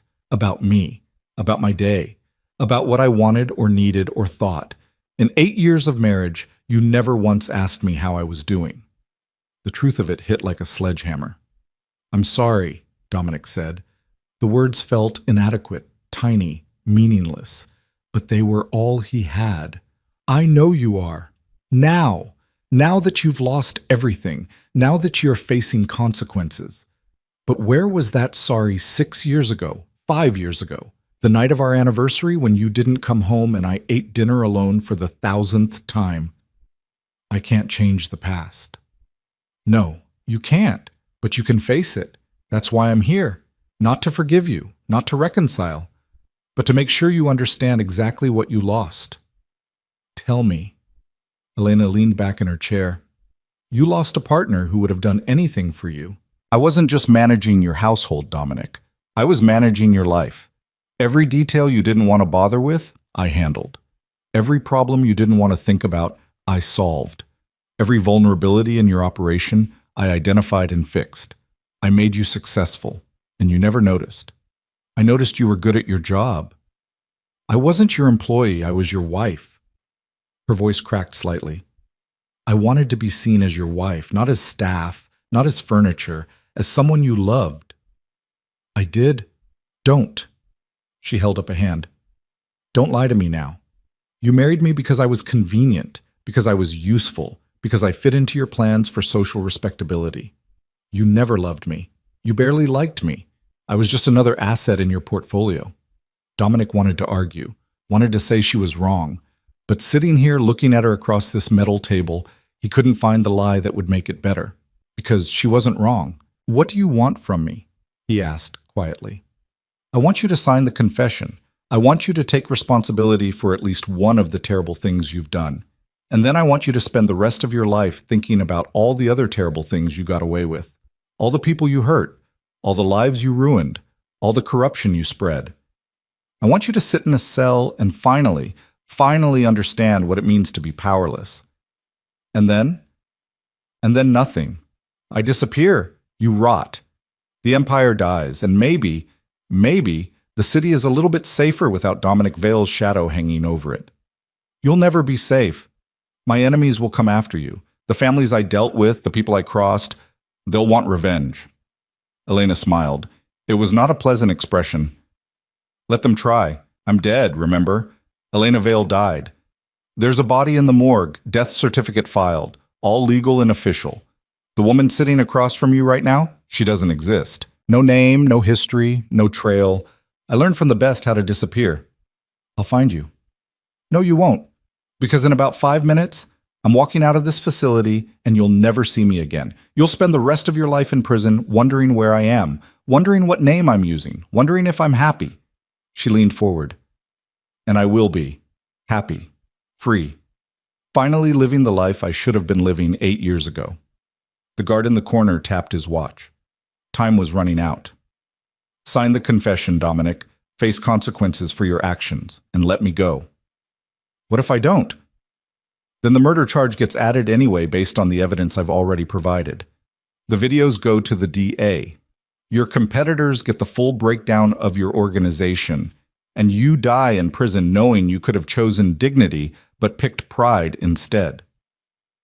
Dominic looked at her, really looked at her, and saw clearly for the first time the woman he'd married and ignored. The woman who'd been strong enough to endure 8 years of neglect while planning his downfall. The woman who'd been invisible only because he refused to see her. I'm sorry, he said again, for everything, for all of it. You deserved better.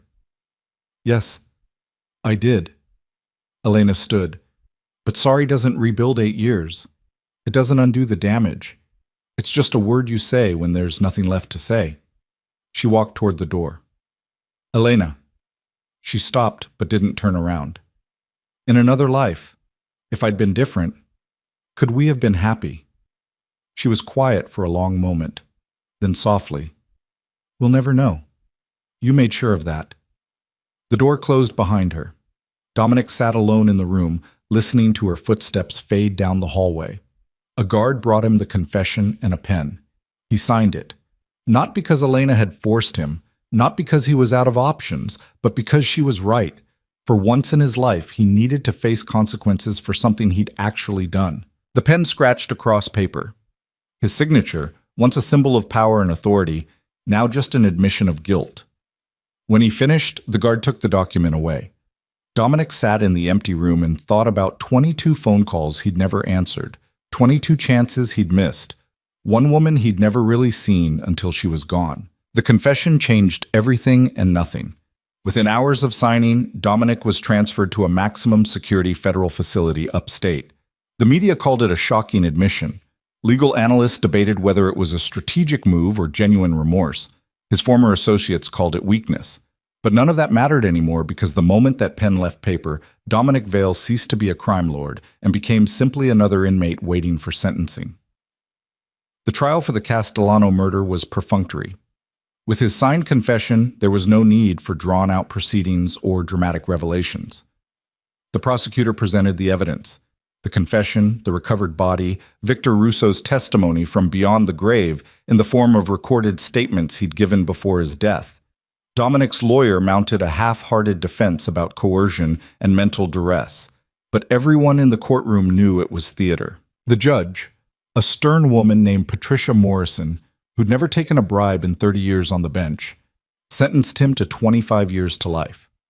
With the confession and cooperation credit that Elena's documentation had somehow provided, it was the best outcome Thomas could negotiate. The other 17 charges were rolled into a plea agreement. Dominic would serve his time quietly, and in exchange, the state wouldn't pursue maximum sentences that could have kept him locked up until he died of old age. 25 years to life. Dominic was 42 years old. If he lived that long, he'd be 67 when he became eligible for parole. An old man. Broken. Irrelevant. The transfer to permanent housing came 3 weeks after sentencing. They put him in a cell block with other high-profile inmates, men who'd once wielded power and now counted the days in 6x8 concrete boxes. The routine was numbing: wake at 6, breakfast at 7, yard time at 9 if the weather permitted, lunch at noon, more waiting, dinner at 5, lights out at 10, days blurred into weeks, weeks into months. Dominic stopped counting after the first 90 days. The news from the outside world filtered in through newspapers and the occasional television access. He watched his empire dissolve like sugar in water. The legitimate businesses were sold off piecemeal to pay legal fees and restitution. The illegal operations were carved up by rival families exactly as Elena had predicted. The Russians took the shipping routes. The Irish claimed the construction rackets. The Italians absorbed what was left of the street-level drug trade. Within 6 months, there was nothing left of the Vale organization except memories and case files. Judge Raymond Porter was disbarred and sentenced to 5 years for corruption. City Councilman Marcus Webb resigned in disgrace and fled to somewhere in South America. Detective Chen, no relation to his former housekeeper, got a promotion for bringing down one of the city's most entrenched criminal enterprises. She gave interviews about the anonymous tip that had started everything, praising the unknown whistleblower who'd provided 8 years of meticulously documented evidence. Elena's name was never mentioned, because Elena Vale was dead. Officially, legally, completely. Dominic thought about her constantly. In the morning, waking to gray walls instead of Egyptian cotton sheets, he thought about the breakfast she used to have prepared even though he rarely ate it. During yard time, walking in circles under razor wire and guard towers, he thought about the garden she'd maintained at the mansion, roses and lilies he'd never stopped to appreciate. At night, lying on a mattress that felt like concrete, he thought about the 8 years she'd spent invisible in his house, gathering the evidence that would destroy him. 3 months into his sentence, a letter arrived. It had no return address. The handwriting was unfamiliar, careful, controlled, revealing nothing about the sender. The prison screened it for contraband and threats before delivering it to his cell. Dominic opened it with shaking hands. Inside was a single photograph and a brief note. The photograph showed a woman sitting at a cafe table somewhere sunny and European, Spain maybe, or southern France. She wore sunglasses and a wide-brimmed hat that obscured most of her face, but Dominic recognized the curve of her jaw, the elegant way she held her coffee cup. Elena. Alive. Free. Somewhere beautiful. The note was written in the same unfamiliar handwriting. You're probably wondering if I'm happy. I am. You're probably wondering if I ever think about you. I don't. You were a chapter in my life that's closed now. A lesson learned, a mistake corrected.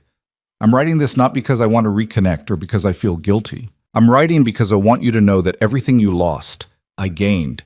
Every dollar you can't access, I'm investing in a future you'll never see. Every connection you severed, I'm building into something better. Every piece of power you wielded carelessly, I'm using deliberately. You taught me many things, Dominic, mostly what not to be.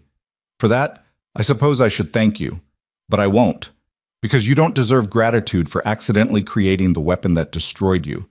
This is the last time you'll hear from me. When you get out, if you get out, don't look for me. I'll be someone else entirely by then, living a life you can't imagine in a place you'll never find. Enjoy your cell. I'm enjoying my freedom. Someone you used to know. Dominic read the letter 17 times before the guard came to collect it for his file. Afterward, he sat on his bunk and tried to feel something. Anger, regret, loss. But all he felt was empty. Elena had won so completely that there was nothing left to fight over. The seasons changed outside his cell window. Summer heat gave way to autumn rain, gave way to winter cold. Dominic fell into the rhythm of prison life. Not because he accepted it, but because fighting it was exhausting and pointless. He worked in the kitchen, attended mandatory counseling sessions, avoided gang politics with the careful neutrality of someone who had nothing left to offer and nothing left to prove. Other inmates occasionally recognized him. The man who'd run half the city, the crime lord who'd been brought down by his own wife. They asked questions he didn't answer, made jokes he didn't acknowledge. Eventually, they left him alone. Even in prison, Dominic Vale was becoming invisible. 6 months turned into a year. During that time, the few visitors he had dwindled to almost none. Thomas came once a month initially, then every other month, then quarterly. Not because he didn't care, but because there was nothing left to discuss. The legal battles were over. The assets were liquidated. Dominic's future was sealed in concrete and razor wire. On the anniversary of his incarceration, Thomas brought news. The DA found something interesting, he said across the scratched plexiglass partition in the visitors' area. In all the documentation Elena provided, there were notes, recommendations, suggestions about which of your former associates had committed the worst crimes, which ones deserved the harshest sentences, which ones might be redeemable. She was playing prosecutor? More like playing justice system. She ranked everyone in your organization by culpability. The violent ones got full exposure. The ones who were just trying to survive got minimal documentation. She was surgical about it, Dominic, not vindictive, precise. What's your point? My point is that you were at the top of her list, not because you were the most violent, but because you had the most power and used it the most carelessly. She held you to a higher standard than everyone else, and when you failed to meet it, she made sure you faced appropriate consequences. Appropriate, Dominic laughed, a sound like glass breaking. She destroyed my life. She held you accountable for destroying other people's lives. There's a difference. Thomas leaned forward. I've spent the past year reviewing everything she compiled. It's remarkable, Dominic. She didn't just document crimes, she documented impact, how your drug trade affected neighborhoods, how your bribes corrupted civic institutions, how your violence traumatized communities. She made you see the human cost of your empire. I never asked to see it. That's exactly the problem. You never asked, never cared, never noticed. And Elena made sure that in the end, you'd have nothing to do but notice. Thomas left after 30 minutes. Visiting time was limited, and he had other clients who needed him more than Dominic did. Alone again, Dominic returned to his cell and thought about impact, about all the people he'd hurt without bothering to learn their names, about communities destroyed by the drugs he'd moved, about families torn apart by the violence he'd ordered, about systems corrupted by the money he'd spent. Elena had seen all of it. While he'd been building his empire, she'd been counting the cost. Year 2 brought a routine so familiar it felt like drowning in slow motion. Wake, eat, work, exercise, sleep, repeat. The sameness was its own kind of torture, not dramatic, not violent, just relentlessly monotonous. Dominic understood why some inmates preferred solitary confinement. At least there, the isolation was acknowledged. Out here, surrounded by hundreds of other prisoners, he'd never felt more alone. He started writing, not because he thought anyone would read it, but because the counselors suggested it might help process what he'd lost. At first, the words came slowly, fragmented thoughts about power and pride and the woman who'd dismantled him with patience he'd never possessed. But gradually, the writing became easier, more honest, more painful. He wrote about the first time he'd met Elena, a junior accountant at one of his legitimate businesses, quietly competent in a way that made her useful. He'd needed a wife for social appearances. She'd needed security and stability. The marriage had been transactional from the beginning, but somewhere in his writing, Dominic realized that didn't mean it had to stay that way. He could have chosen differently. Every day for 8 years, he could have chosen to see her, to talk to her, to treat her like a partner instead of an employee. He'd had 8 years of opportunities to build something real, and he'd squandered every single one because he was too focused on his empire to notice the foundation crumbling beneath his feet. The writing filled notebooks, stacks of them, confessions that would never be read, apologies that would never be delivered, understanding that came too late to matter. In his 3rd year, Dominic got a new cellmate, a younger man named Marcus Reed who'd been caught running a Ponzi scheme that had bilked investors out of $40 million. Marcus was angry in the way of people who believed they'd been caught unfairly, who thought they were smarter than the system that had finally caught up to them.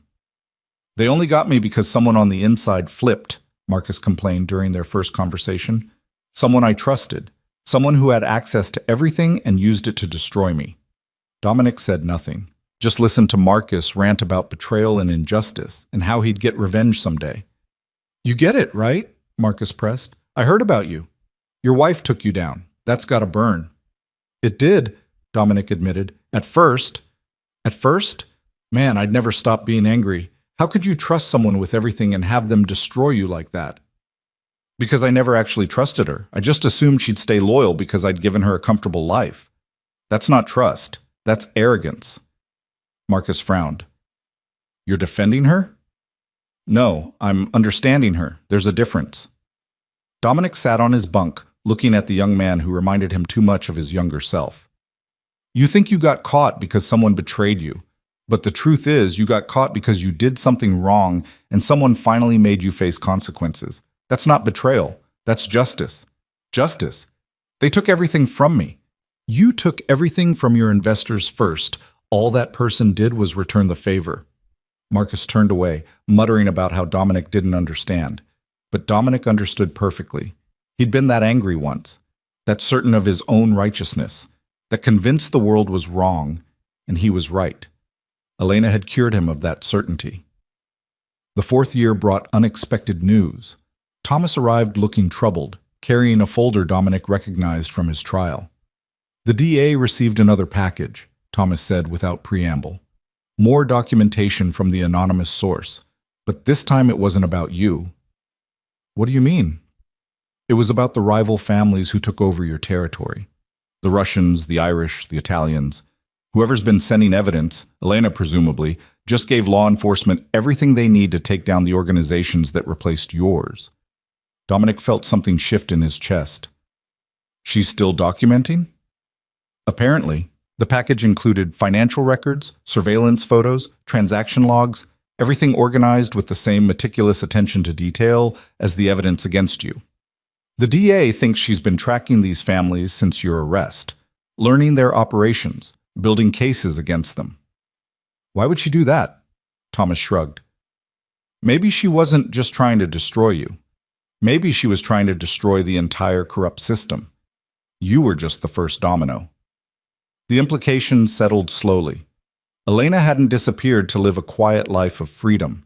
She'd disappeared to continue the work, taking down criminal enterprises one carefully documented case at a time, using the skills she'd developed during 8 years of managing Dominic's empire to dismantle every empire like it.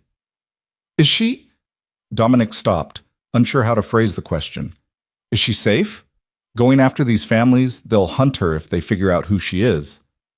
They won't figure it out. According to the DA, the documentation is so clean there's no way to trace it back to a source. No fingerprints, no digital trail, no witnesses. Whoever she is now, she's learned how to be completely invisible.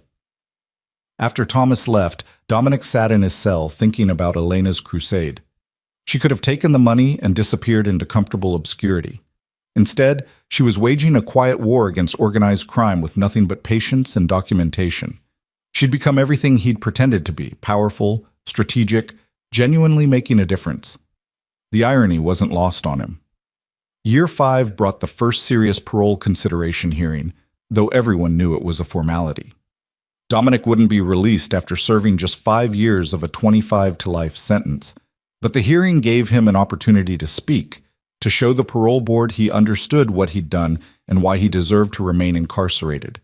He told them the truth, not the strategic truth designed to minimize his crimes, but the actual truth about building an empire on violence and corruption, about ignoring the human cost of his decisions, about treating people as tools instead of human beings, about learning too late that real power wasn't loud or violent or feared.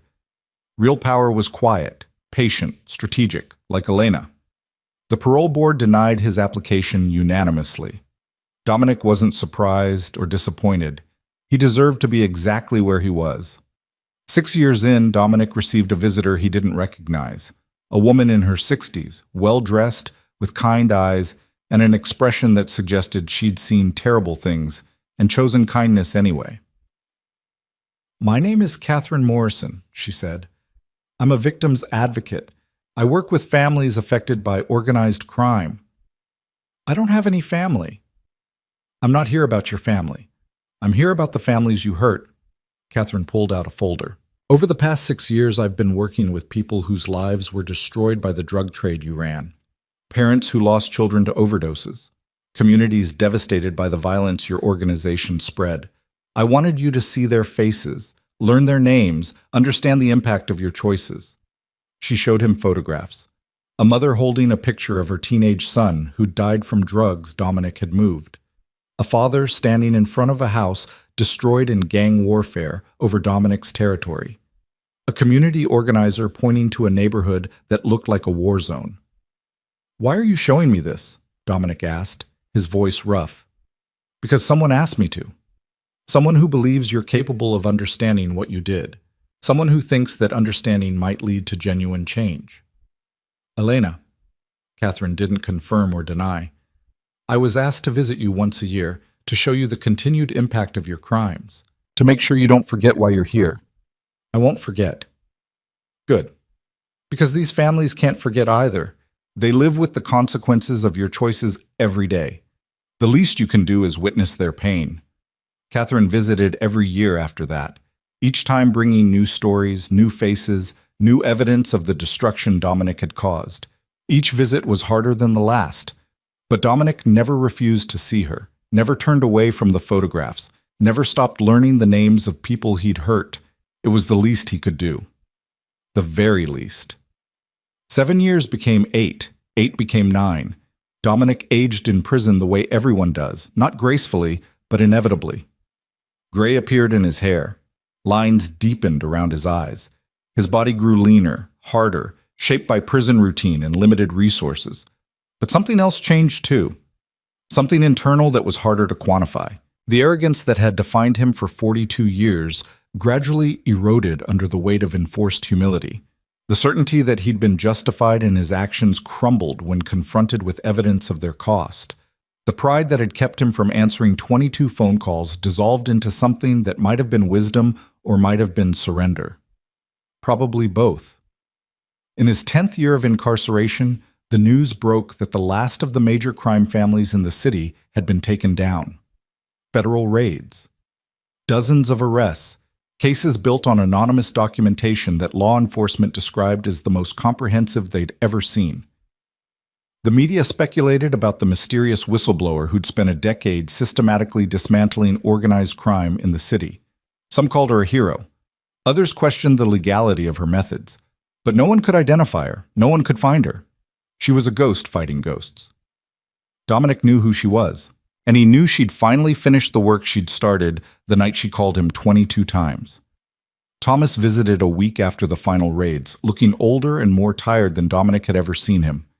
"It's over," Thomas said simply. "The entire criminal infrastructure you used to be part of, it's gone, dismantled, destroyed. And she did it with nothing but documentation and patience." "Is she safe now? With all the families taken down, can she finally rest?" "I don't know. I hope so. But Dominic—" Thomas paused. "I wanted to tell you something. The documentation she provided for those final raids included something interesting. Recommendations for rehabilitation programs for low-level offenders.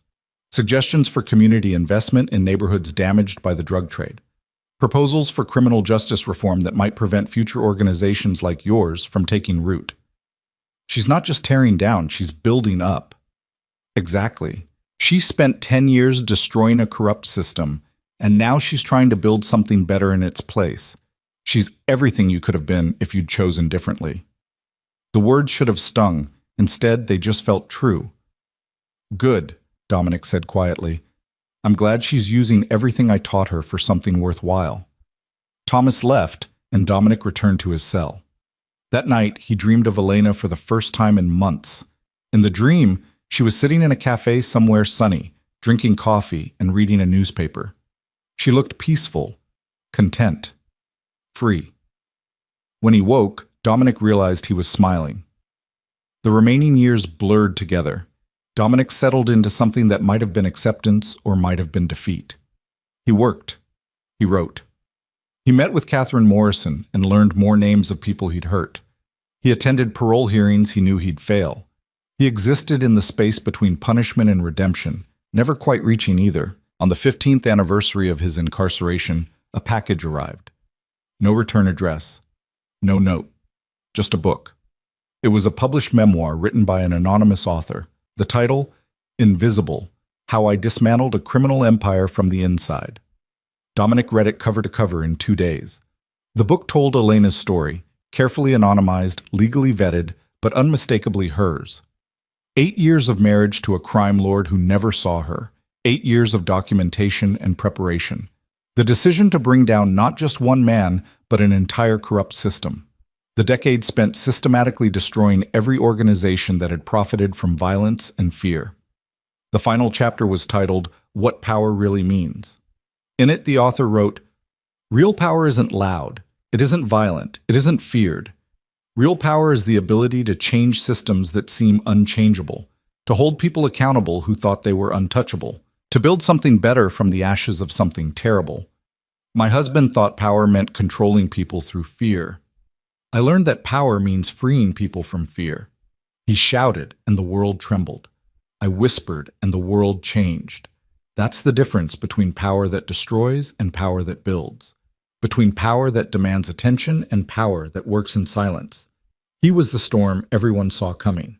I was the erosion no one noticed until the foundation collapsed. In the end, we both got exactly what we deserved. He got consequences. I got freedom. And the city got a chance to heal from the damage men like him had caused for generations." Dominic closed the book and sat in his cell as the sun set outside his small window. Somewhere in the world, Elena was living under a different name, doing work that mattered, being the person she'd always been capable of becoming. And here he was, a cautionary tale, a reminder of what happens when power corrupts and arrogance blinds. He thought about the 22 calls he'd never answered, the 22 chances he'd squandered, the woman he'd never really seen until she'd already gone. In the gathering darkness, Dominic finally understood what Elena had been trying to teach him all along. That real strength is quiet. That genuine power doesn't need to announce itself. That the most dangerous person in any room is the one nobody notices. She'd been invisible because he'd refused to see her, but she'd been powerful all along. And when she'd finally chosen to act, to step out of the shadows he'd forced her into, she'd done it with a precision and patience that had destroyed him completely. 25 years to life. Dominic had served 15 so far. If he lived long enough, he might get parole at 67, might walk out of prison an old man with nothing waiting for him, no empire, no family, no legacy except a cautionary tale about a crime lord who'd been brought down by the wife he'd ignored. Or he might die here, in this cell. Invisible in his own way now, just another inmate who'd once been somebody and was now nobody. Either way, Elena had won. She'd won before the first domino fell, before the first call went unanswered, before he'd even realized there was a war being waged. Because the real war had never been loud, had never been visible, had never been the kind of conflict Dominic understood. It had been quiet, patient, strategic. It had been fought by a woman who'd learned that true power doesn't shout. It waits, it watches, and it strikes once. Dominic laid down on his bunk and closed his eyes.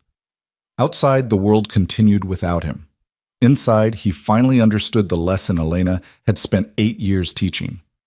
Power was never loud. It was the silence after 22 unanswered calls, the absence that reveals what was always there, the invisible woman who was the system all along. And in that understanding, Dominic Vale, the man who'd once controlled half a city through fear, finally found something resembling peace in accepting that he'd never been as powerful as the woman he'd failed to see. The lights went out at 10 o'clock, same as every night. And in the darkness, Dominic thought of Elena one last time. Free. Safe. Powerful in ways he'd never understood until it was far too late. He hoped she was happy. She'd certainly earned it.